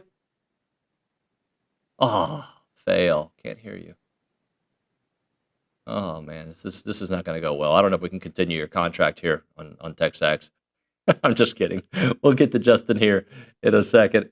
Before that, as we try to fix that technical difficulty. Oh, my goodness, what is that noise? Is that Justin Lanham? Say hi, Justin, just in case. Nope. So, Kelly, pretend like you're Justin Lanham just for a minute. Just like, say something he would say. I'm really excited for the Aggie men's basketball game tonight at Kentucky. All right, if I were to ask you, who is the player that we must watch tonight? Like, who could be the difference maker in this? For the Aggies? Yeah. I mean, I think Pharrell Payne. The obvious answer is Pharrell Payne. Pharrell Payne. I don't know if we've got Justin back yet, but I see him again. So I think Pharrell Payne is the difference maker for this team, and I've been saying that for weeks because I think I expect really good guard play from this team, but when you get that front court play, it changes it. So that's my interpretation of the situation. Yeah. I mean, I think if you got Pharrell Payne and Zurich Phelps together, I think your recipe for success doubles. But I think Pharrell Payne is the key. And I mean, I'll always go back to this. I think if Manny Obaski has a good game, I think you're kind of sitting in the driver's seat as well. But if you can, and just Google Manny's last, I don't know, if you go to his ESPN profile page, it'll have, I think, his last 5 game snapshot there. Just look at that because I think you are right that somebody has to be the third scorer, right? So when you're healthy, it's Wade, Pharrell, Zurich, potentially, right? Who's that third guy today? I think that is a big part of, or in general, while they're waiting for Wade to come back, who is that third scorer? Do you have Manny's numbers? Yeah. So he had 4 points against Alabama, 2 against OU, 10 against Texas, 2 against ACU, and 13 against HCU, which the Aggies handled HCU very easily. But yeah, that game against Texas where he had 10, he had 10 points, 3 rebounds, 1 assist. He was a big factor in that game. I mean, in the Alabama game, he had 4 points, 1 rebound, 1 block. Aggies lost, but I mean, and he's definitely not the reason for any of that. But you just look at, I mean, the end of last season when he stepped up, it was a big difference. We're going to try Justin Lanham again. Justin, good morning, buddy. Good morning, David. Can you hear me now? Yeah. Are you going to go play golf? Looks like you're about to go play golf. Hey, I would love to right now. Hey, so difference maker tonight. To me, it's almost like a foregone conclusion that Pharrell Payne is going to be a big player in the game. But we were adding to that, for A&M to be successful against teams like Kentucky, it can't just be 2 guys providing the offense. When Wade's there, it's Wade, Zurich, and Pharrell. Wade's not there. Who's the next guy? If Pharrell gives you what you think he can give you, if Zurich gives you, is it Manny? Who's the next guy to score? Yeah, I think you've got to hope it's Manny. Unfortunately, he hasn't really been there. Hey, David, I don't know. Am I echoing? Yeah, a lot. Okay. It's all good. Don't worry about it. We'll make it work. Okay. I think it's probably connected to your laptop. Yeah, I don't know what's going on. Why don't we call you? Why don't I have Brian Broadcasting call you? So people want to hear what you got to say. Yeah, we'll do that. And Nick needs to send Brian Broadcasting Justin's number. Let's do that. Look, if Manny, why did I say it like that? Do you see how I leaned into it? And I did a karate chop. Passionate, you want. And I leaned in. It was like a boom what you want. and a boom. Boom, chicka, boom. If Manny provides you, I don't know, double-digit scoring in some capacity, or if it's Solo, Solo's certainly capable of it. Henry had a huge game the other night, right? But I do think somebody, and I think it has to, look, I want some of the dirty offensive points, the putbacks, the kind of scoring that Andy will provide. Those are all important. But I'd also like a guy to be an offensive threat. Right. To where they have to think about him. They have to think about Pharrell Payne in the paint. They have to think about Zurich Phelps either hitting the 3 or attacking the rim. They have to have all that. And I think against a team like Kentucky that can flat out score, yeah, if you can out-muscle them and certainly win the rebounding battle, you still are going to need somebody, and I think they're going to win the rebounding battle, but you're going to have somebody be a third offensive threat. Totally, because I watched the Kentucky game against Florida, and Andrew Carr and they had Kobe Bryant, they like 3-point lights out. And again, you don't know what you're getting on a given day when it comes to the 3-point line. But they had some stars. So it's going to be interesting to see how the Aggies game plan is to stop them. But I mean, Hayden Hefner too, we haven't mentioned him once, but when he's on, he's exciting. And I think that is a spark that sometimes plays a big factor in the Aggie success, is how exciting Hayden is to watch when he's successful. We're going to try again. Justin Lanham here on TexAgs Live. Justin, you there? Yeah, can you hear me? Oh, buddy, you sound like you're in the room with me. What's up? Man, what is going on? Technology, buddy. It's all right. Hey, I just went A-Leaf on you. Justin, let's discuss some options of scoring, right? Beyond the obvious two we talked about. And I mentioned Manny. Callie just mentioned Hayden Hefner. Henry Coleman obviously can be the guy. But do you agree there needs to be a third offensive threat? Yeah, I definitely think there does. And I do think that can be Manny at times. Unfortunately, we haven't seen that, but as of late. But I will say this. I feel like, it's just going to have to, until Wade comes back, it's just going to have to be kind of get it done by committee. And you see a team like Kentucky, does that. They have 5 guys that, kind of average over double digits and kind of get it done each night by committee. And while Wade's out, unfortunately, I think that's going to have to be it. Obviously, you're going to probably have some of those outlier games like Oklahoma where Phelps goes off, but I don't think you can count on that to happen every night. And so I think while Wade is out, I think, like I said, you're just going to have guys that are stepping up, just kind of one guy gives you 10, another guy gives you 11. Maybe you do have somebody that goes off for 20, 25, but I think it's just got to be a team effort whenever you talk about scoring. What I worry about in this game against Kentucky, Justin, is the fact that they score 90 points a game, right? And Alabama obviously can put up those points, and they dictated the offensive tempo. Different strategy, different kind of athletic ability there on Alabama. How does A&M control the tempo against a team that can score as much as Kentucky can? Yeah, I think you've got to continue to put pressure on the offensive glass. I think the three-quarter court press, obviously being able to score and set up your three-quarter court press defense is big. If you're not able to score, that's whenever you see teams get transition buckets or if you turn the ball over. So I think there's a lot of different things that you can do, but obviously if you read on the ball, you play good defense and you don't turn the ball over at a high rate, you're going to be in any game. And so to me, they've got to limit turnovers. They've got to continue to crash the glass, put the pressure on them to rebound and not get out in transition, and then score the ball so that they can set up that three-quarter court press. If you're not able to do those three things against a team that averages 90 points a game, you're definitely going to struggle. So to me, just getting back to the glass is number one. Obviously, the defensive effort, number two, and then obviously, like I said, number three as well, just not turning the ball over. Talking about Justin Lanham here on TexAgs Live. Justin, the free throw shooting, obviously an issue this last game. And it's been an issue for this team on and off the last couple seasons. How much are you reading into that game, this season overall? What is your take on it? Yeah, it's definitely concerning. I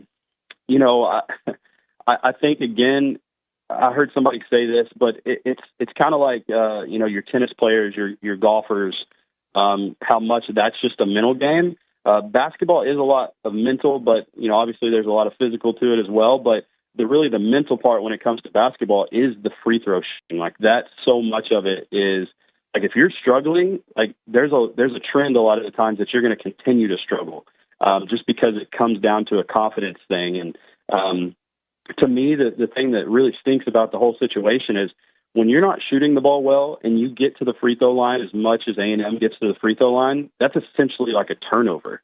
I know that's maybe hard to think about. It's no, getting to the free throw line is a good thing. Well, yes, it is a good thing, but if you're not converting at a high percentage, then and you're missing free throws consistently, then you almost think of that as like a lost possession. And so to me, again, it's just you getting back into the gym, you stepping up to the free throw line, knocking those down, and you've got to create those situations in practice, the high pressure situations. Make it a competition every day.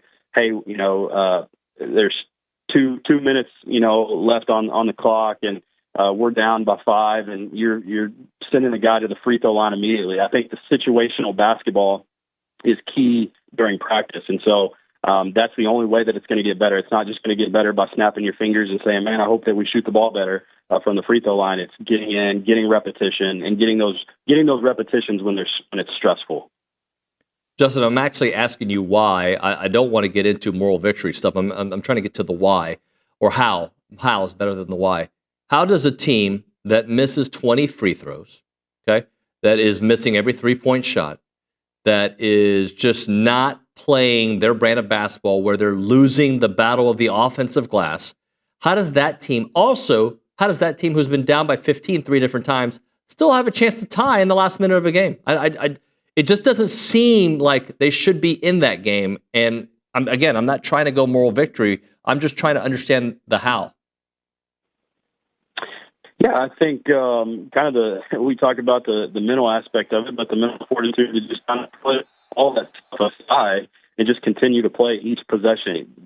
That possession is the possession that matters, the one that's in front of you. And so I think A&M does a really good job of that. You don't really see, to me, bad teams, you can tell the ebbs and flows of the game. They get down when they're down, and they get up and get up. And I think A&M's pretty consistent. They don't get too high. They don't get too low. And I think that tells you, and that's just like, oh yeah, that's a solid team right there that just kind of lives, right there at the median. They don't get too high or too low. And so that's number one for me.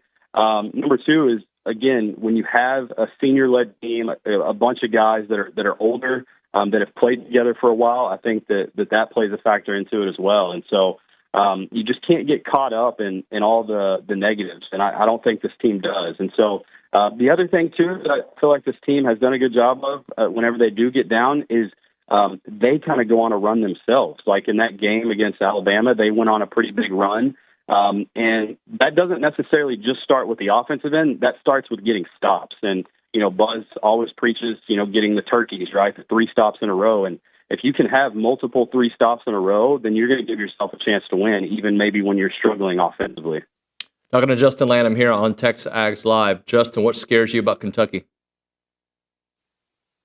Man, just that they put up 90 points a game, just like Alabama. They have multiple guys that are able to get it done. Jackson Robinson, the Bray kid really scares me. I think he's one of the best 3-point shooters in the country. I think he was actually the best 3-point shooter percentage-wise in the country last year.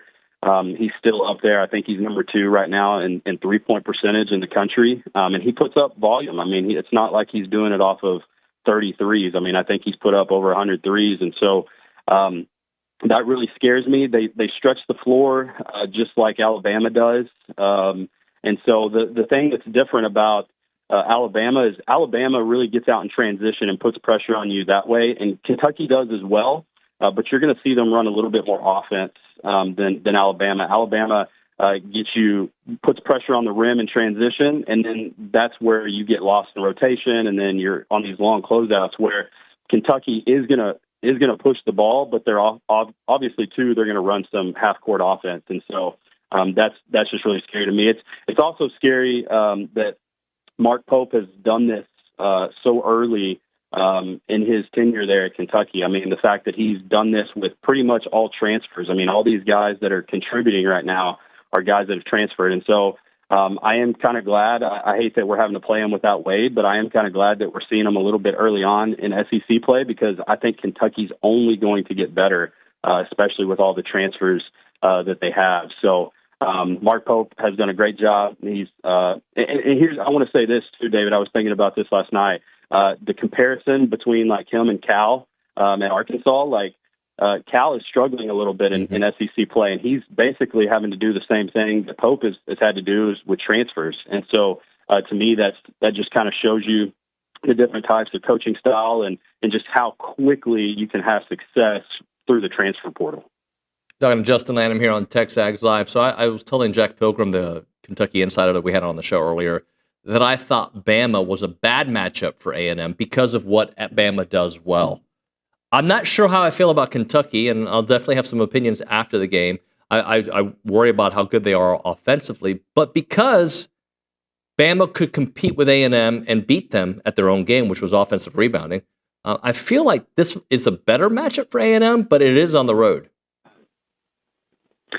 Yeah, I was going to bring that up of just how playing at Rupp Arena is just tough. I mean, just the tradition. A lot of coaches obviously are going to preach in the locker room before the game, like you got to get that out of your mind. You can't think about that we're coming into Rupp Arena, but that definitely plays a factor. That you're going in there, that thing is going to be packed, with blue fans there. I mean, it's just going to be a tough environment to play at. I was thinking about it. Hopefully we have. Maybe we can have Phelps go off like Elston Turner went off there, had a 40-point game back in the day. And so hopefully we can have somebody that has that type of effort because I think, we're going to need something special against them because it is definitely not easy to win at Rupp. Talking to Justin Lanham here on TexAgs Live. Justin, what about Wade? It's, are we getting to the point where you're a little concerned, or is look, if it is what we think it might be, these things take time to heal and we just got to give it some time?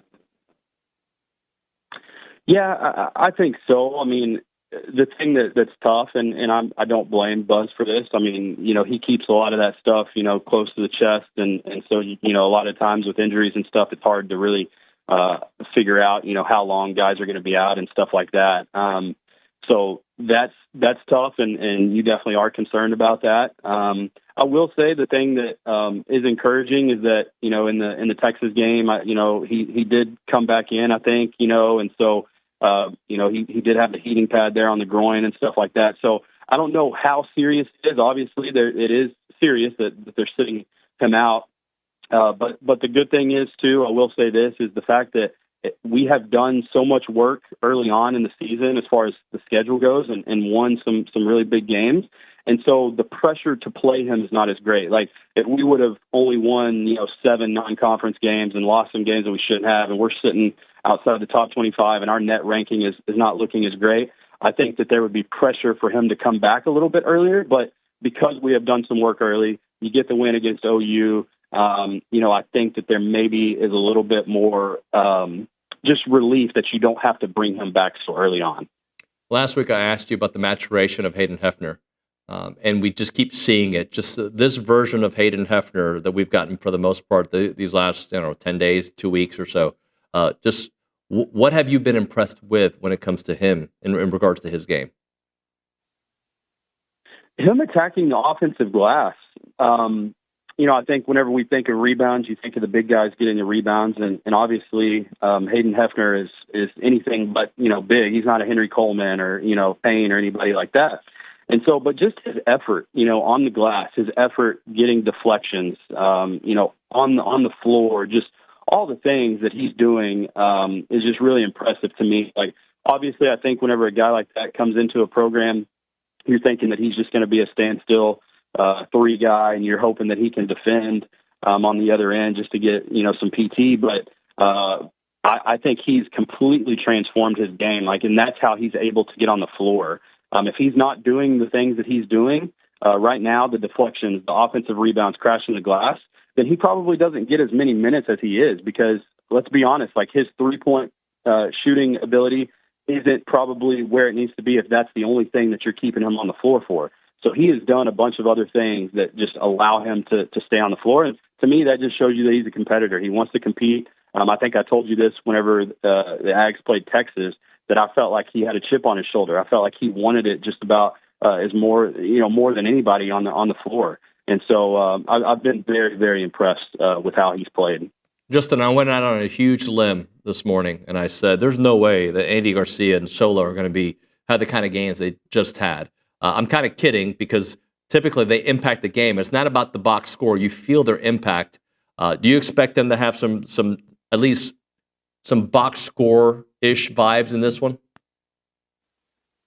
Yeah, I'm ready for Andy to have a breakout game. I think if you were to ask me the question of, who are you waiting on to kind of break out this season, I think it's Andy. I think that, I'm not going to sit here and say he's regressed because I have too much respect for him and what he's done here at A&M. But I definitely think he's in a little bit of a lull. Just the crashing the glass and again, where that comes from, I don't know. I don't know if that's some of the lineups that he's in with. Some new guys obviously came into the program.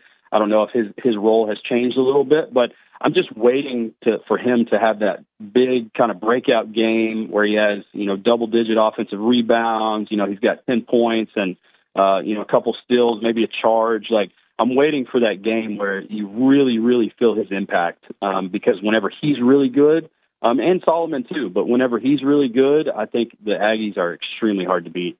Well, I was going to let you go, but I'm going to follow that up because I'm looking at his numbers this year, averaging 5.6 rebounds, which is a good number.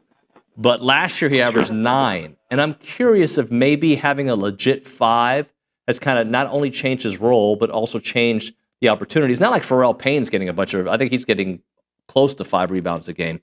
But I'm wondering if that maybe is pushing him out a little bit further. He's not the only guy going after him like he was last year.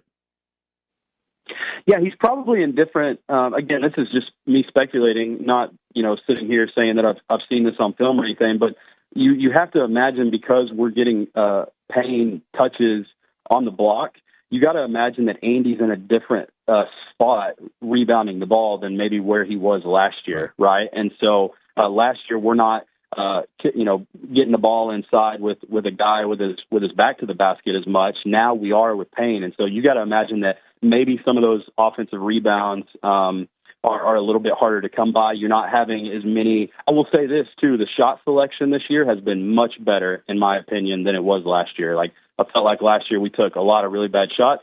I feel like this year, we're a little bit more efficient and effective from where we're shooting the ball. Justin, great stuff, buddy. Thanks so much for your time.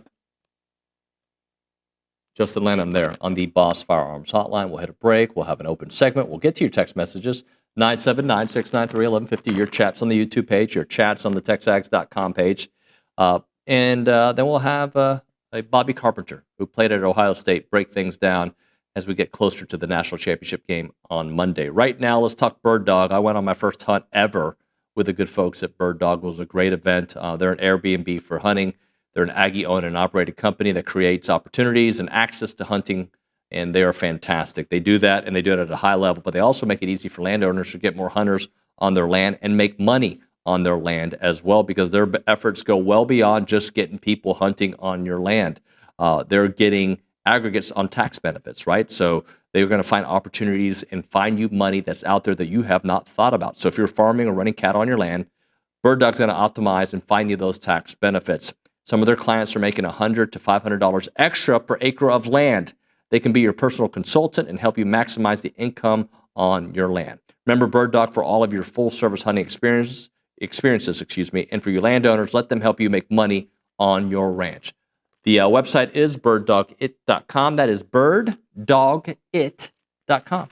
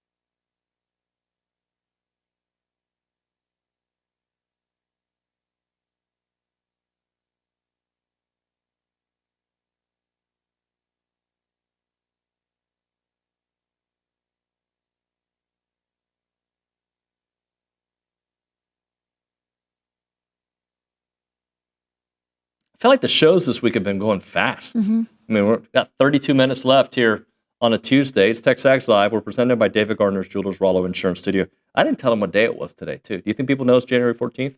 I didn't know. 2025? You think they know? Maybe. I don't know. Now they do. They definitely know it's TexAgs Live, though. For sure. What do you have for us there at the Angry Elephant News and Social Center? Yeah, I feel like I'm turning into Luke with all my basketball talk, but Joe Lunardi just released his most recent bracketology this morning, and he has A&M at a 3 seed, the number 11 seed overall. And he says that Kentucky is also a 3 seed, but they're the number 9 seed overall. And the winner of tonight's game will not move up to a 2 seed, but the loser will drop to a 4 seed. Lunardi, let's talk about this for a second. I just feel, look, I'm in the business, so I get it. You sometimes, like, TexAgs does not do clickbait. Right. I think I'm fairly confident in saying we don't do clickbait stuff, right? Billy's against it. We don't, it's not our style. And I'm not saying that's clickbait because I don't think that was the headline. But, like, if you know the rationale of why you're going to move a team down before the game happens, are you even watching the game, bro? Like, Olin talked about, like, it hurts my eyes. It hurts. Like, we trust people to tell us what they think. By the way, it's a business. I think this is what other people are going to think. That's what he does. And he's really good at it. And, you know, he changes his mind every 10 seconds, which with more information, that's great. Right? But, like, he is basing it on, well, look, if A&M loses, they're moving down. Sure. It's freaking January. Like, it doesn't really matter. But what if, like, I don't know, like, you haven't watched the game. Yeah, I also don't see it being the same as a number 11 ranked Texas A&M team going on the road, losing by 2 to Kentucky, dropping to a 4 seed versus potentially a number 8 seed or number 8 Kentucky losing at home to a number 11 team by 15. Like, and then what? That's the same stakes for both of them? Well, that makes no sense to me. Let's say A&M wins tonight. Okay, let's say they win by 18. I like that number. You like that number? That's a great it's number. a great number to talk about. They win by 18. But then they lose 2 straight. You think they're going to move down in that situation? Like, again, this is all of this is for people like me to get upset and rah, rah, rah, rah, rah, and talk about it. And then the message board, can you believe Lunardi? Lunardi's crazy. You know, and, oh, you see Nuño got mad and Billy got mad? Like, that's all it's for. And look, I'm in the business, so I get it. Yeah. That's why I almost don't, I like to update the audience on rankings and bracketology because it is interesting what perspectives are. But it is one man's opinion based on analytics of what he thinks a committee of however many people are going to see A&M. Right. I always make things about things that are relevant in my life, and it upsets people. Okay, I'm listening to the Hicks and Gracie book. It's a great book. Do you know who the Gracies are? I've heard of them. Oh, they're a fabulous band. They're an amazing band. They're a team of jiu-jitsu fighters. And Makes sense. the father, the patriarch of the family, always says, don't let it go to the officials. Don't let it come to account. Like, you know, you don't want it to be because somebody voted for you in round 2 or 3. Always submit your opponent so you don't leave it up to the judges. That's what I think A&M's philosophy has to be under Buzz Williams, and it has been, because when you don't do certain things, this team gets penalized. Right. So just take care of business yourself and don't worry about it. Taking care of business tonight against Kentucky would be a huge step. But again, they have played 3 games. This will be the 4th game. There's so much basketball. There's still 14 games after this one left. Right. As of tonight, there's 15 games left. A lot of basketball has to be played. So Lunardi, yes, we're going to go up and down. We're going to go on this little roller coaster ride with you. Wade Taylor's going to come back. He's going to score 42 points. You're going to move him up to a 3 seed. They're going to have a 2-game losing streak. They're going to drop to a 5. It doesn't matter. What matters is put your head down, the game in front of you, win it, win, and then take it out of the committee's hands, because leave them no choice but to give you a favorable seat. That's exactly right. I agree. Soapbox. Where does that come from? Is that an actual thing that it comes from? It comes from a soapbox. Okay. Talk to Mr. Google. Varsity Grill House. Oh, I'm thinking about good food right now because we're about 27 minutes away from lunchtime. Aggie owned and conveniently located on Highway 6, by the Academy there. Awesome food. If you're into, I like the ribeye tacos, but there's a lot of great options: burgers, wings, you name it. It's a sports bar, fine dining, wife date, kids fun, buddies watching golf, buddies watching football, basketball, whatever. It's a little bit of everything. You're certainly going to love it. And they can also help cater your needs. They want to be your go-to destination for unforgettable gatherings. Varsity Grill House creates unforgettable experiences for big events and small. They are your home for good times and great food. We hope to see you there at the Varsity Grill House on Highway 6.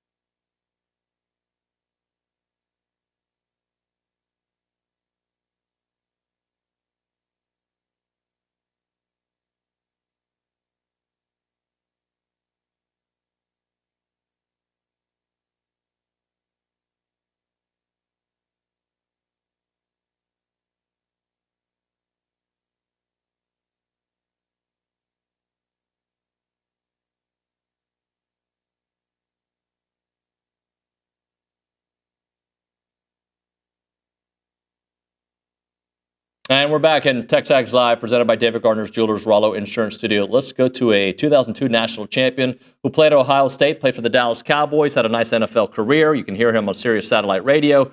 Bobby Carpenter joining us here on TexAgs Live. Bobby, good morning, buddy. How you been? Oh, no. Oh, no. Where's Bobby? There he is. Bobby, Hello? Good morning, buddy. You got me? Yes, sir. How you doing? Hello?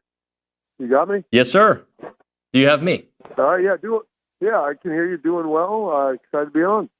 Well, let's talk about this Ohio State team that has played, I don't want to say a different brand of football, but yeah, a different brand of football, a dominant style of football since the Michigan game. What has changed? Well, I think, you talk about the Michigan game and the loss, and obviously that comes into play and what that looked like. And, there's kind of an internalization. You lose a rivalry game. You try to figure out what happened, why it happened. And the reality was that a lot of guys who came back for a fourth or fifth year to win that game have a chance to win the Big Ten championship. And now that was all out the door. So frankly, the only thing that they had left was to win a national championship. And I think they I wouldn't say got on the same page, but there's a conversation that happened. Players, coaches at a meeting, the players only meeting, and those can usually go one of two ways. And I think it went the right way for this group. And you look at Chip Kelly and Ryan Day are calling the game far more aggressively now on the offensive side.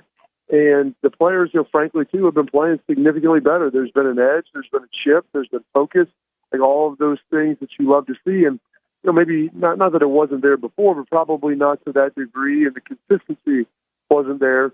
And this team has kind of really, I think, elevated themselves, and they're playing to the level of their potential now. And maybe before there was a hesitancy of it's a long season. Do we want to play up tempo? Do we want to expose our more reps? They had some injuries on the offensive line, and all of a sudden the offensive line starts to coalesce and come together. That helps a lot. The receivers are starting to play well. Will Howard's been playing pretty well all season long. And then that defense since the Oregon game has really put it together. Bobby, I mean this with respect. I mean, not that I try to respect Texas, but I thought Ohio State was going to run away with that game. And maybe run away is too much, but I thought they'd win by double digits, which they ended up doing. But that game certainly felt a lot closer than the score. Were you surprised by that? I think Texas is, I think they're with Ohio State, probably the most talented team in the country.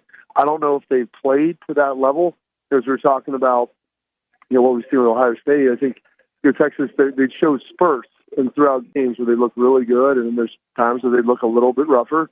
And so that was obviously disappointing if you're a Texas fan. I think some of that changed. They put together, they got the turnover on downs and go down and score. They get another stop, they're going to score again. He's the Travion Henderson personal foul. I think that really changed the dynamic of the game. Now, with that, Texas goes down and scores before half. Ohio State is able to answer, and Trey kind of makes up, for his, his unfortunate penalty. But they were never able, starting the second half. They go down and have a great drive going, and Will Howard throws an interception. It's a great play, and it's made. And so, they were just never able to get that second score, I think, where you could really start to lean on people. And that's a credit to Texas. They stepped up and made plays. And, I think that Ohio State played so well for 2 weeks. And, it's like, how do we play them? How do we do different things? As a function of, Texas tried some new stuff. Some of it worked pretty darn well. And, they're just trying to come away with a win. So Texas is a good team. The thought that Ohio State was going to blow them out, I think it was nice. It was appealing to a lot of people. But I went into that thing thinking if they win that game by 7 points, it's 10, you feel really thinking good about it. And it was about how I thought, it would probably go. Maybe a late score separates it, but it was a one-score game and a 14-point swing, which led to the outcome. Bobby, do you think Notre Dame, while not as talented as Texas on the defensive side, do you think they have the talent to try to limit Jeremiah Smith the way the way Texas was able to? Yeah, it's interesting because I don't think they're as good in the secondary as Texas, but they play different. Texas played a decent amount of zone throughout the year. They'll play some man, but Notre Dame has played really exclusively man. Now, Texas had success playing some more zone, cloud over the top, safety pulled over. I mean, they were going to take him away. Do they have the ability to do that? I think, anybody can take a receiver away. Are you going to allocate the resources to do that? And then what does the rest of your defense look like, when you ultimately do it. And Notre Dame, they lost Mills up front. They're maybe not quite as good as they were last year in the box, but they're still this is a team that beat up Georgia. And on a neutral site field, I thought they looked significantly better than the Georgia Bulldogs, who I think are in that conversation with Ohio State and Texas with as much talent as anybody you're going to find on a football field at any given point in time. So they have the talent, they have the ability to slow them down, and the key will be for Ohio State, can you stay efficient on third down, and can you limit your turnovers and get score in the red zone? They've been doing those things pretty effectively. The one thing they didn't against Texas had a lot of penalties. They're going to have to limit that against Notre Dame because Notre Dame does not give you the game. They force you to go out there and beat them. Take me through your emotions when Texas makes it first and goal on the one, and just kind of take me through those plays, and then obviously the Jack Sawyer strip sack fumble for a touchdown. Well, they're driving down there. You get some penalties, you get some big plays, and you're sitting there on the 1 yard line. Like, all right, there's this team. There's one. I think Nebraska, Indiana, Penn State. They had one against Michigan. I think someone else in there, Oregon earlier in the year. I mean, they've had some goal line stands. Had a number of them where inside the 2 or the 3 on first down, and they've been able to turn teams away. So. They're down there and thinking, okay, can you get it to third down where you're forcing teams to then make a choice? If you stuff them on first and second, then you start, questioning yourself. And I wouldn't say the advantage swings back to the defense, but there's a level of pressure on the offense of, hey, we've tried a couple of things and it hasn't worked. And so that was kind of my goal. Can you get it to third? And, the stuff on first helps. And then everybody's down on Sark for running laterally. I mean, all the stands that Ohio State had, if you look at their goal line cutup, it's inside run, and no one was cracking it. So I don't blame them. I mean, that's what I would have probably done, tried to get to the perimeter.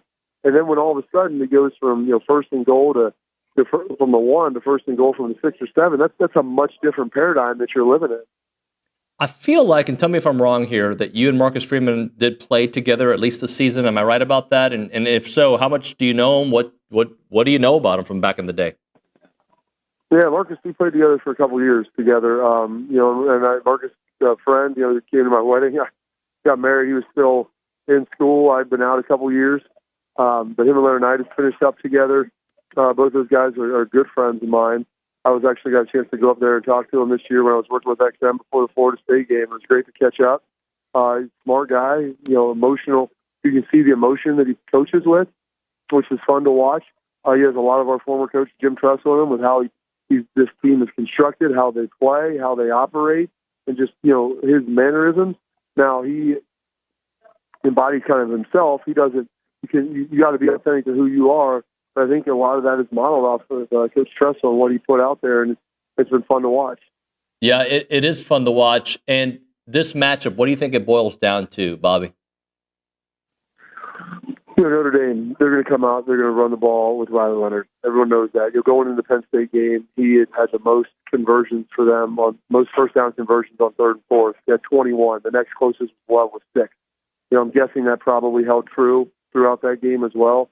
So you've got to keep them out of those third and medium, third and shorts, force them to try to throw it if you can. And believe me, Riley Leonard, he threw pretty well against Penn State. He had some big plays, but you can stop that, limit the big plays, and then as Ohio State, just don't turn the football over and keep doing what you've done. Like, you've got to be consistent in the special teams, can't turn it over, limit penalties. Go out and play a good football game. And if you do that, Ryan, this team they're control their own destiny, because if they play their best, they'll win. But you've got to play your best, and you can't have untimely mistakes, because Notre Dame will make you pay. Bobby, last thing for you. I don't know how much you keep up with the NFL, but your former team, the Cowboys, looking for a head coach. Any thoughts for where they might go? I have no clue, because I know when we hired Mike McCarthy, they wanted to have a coach with experience. They had Jason Garrett there for about a decade prior, and he was a first-time coach, coordinator before that, and he didn't have head coaching experience. Well, they bring in Mike, he's won Super Bowl. I don't think he was the right hire for that situation. As far as what he was trying to do on offense, I don't frankly know where they're going to go, because Jerry never wants to give up control. So, the best guy out there was Mike Vrabel, but Vrabel wasn't going to go to a place like that where, you're always having to battle and fight potentially with the organization. And Troy Aikman said it, I love the Cowboys. And I think I love Jerry. He's a great dude to play for. But as a coach, like, you've got to be really aligned with your front office. And I don't know if that situation exists. Maybe it could with the right person, and maybe it's Dion. I don't know. But the reality is, like, they let two coaches have expiring contracts and just to, let them run out. I've never heard of that before. And so they missed out on some of the potential interviews with Aaron Glenn and Ben Johnson. And maybe they have someone targeted, but I'm not sure exactly what the hell they're looking for now. Bobby, great stuff, man. Thanks for making a few minutes for us. Hey, enjoy, guys, anytime. Take care. Bobby Carpenter on the Boss Firearms Hotline. We'll hit a break here. We'll come back with some closing thoughts as we end the Tuesday version of the program. Right now, we're talking Heritage Films. They make documentary films about families, about family businesses, family ranches, family activities, and maybe just a group of buddies that get together. If you guys do a yearly flag football game for Thanksgiving, if you guys go play golf every Sunday, if you guys play canasta, dominoes, you do some great tailgating, let Chance and his team be an eye in the sky and tell the story in a 2-hour documentary form that'll resemble like you're watching a Netflix documentary. Chance is the best, very creative guy. I've known him for a long, long time, but even if I didn't know him, I'm just telling you, he's going to be your friend. That's what Chance does. He gets to know the people he does stories on.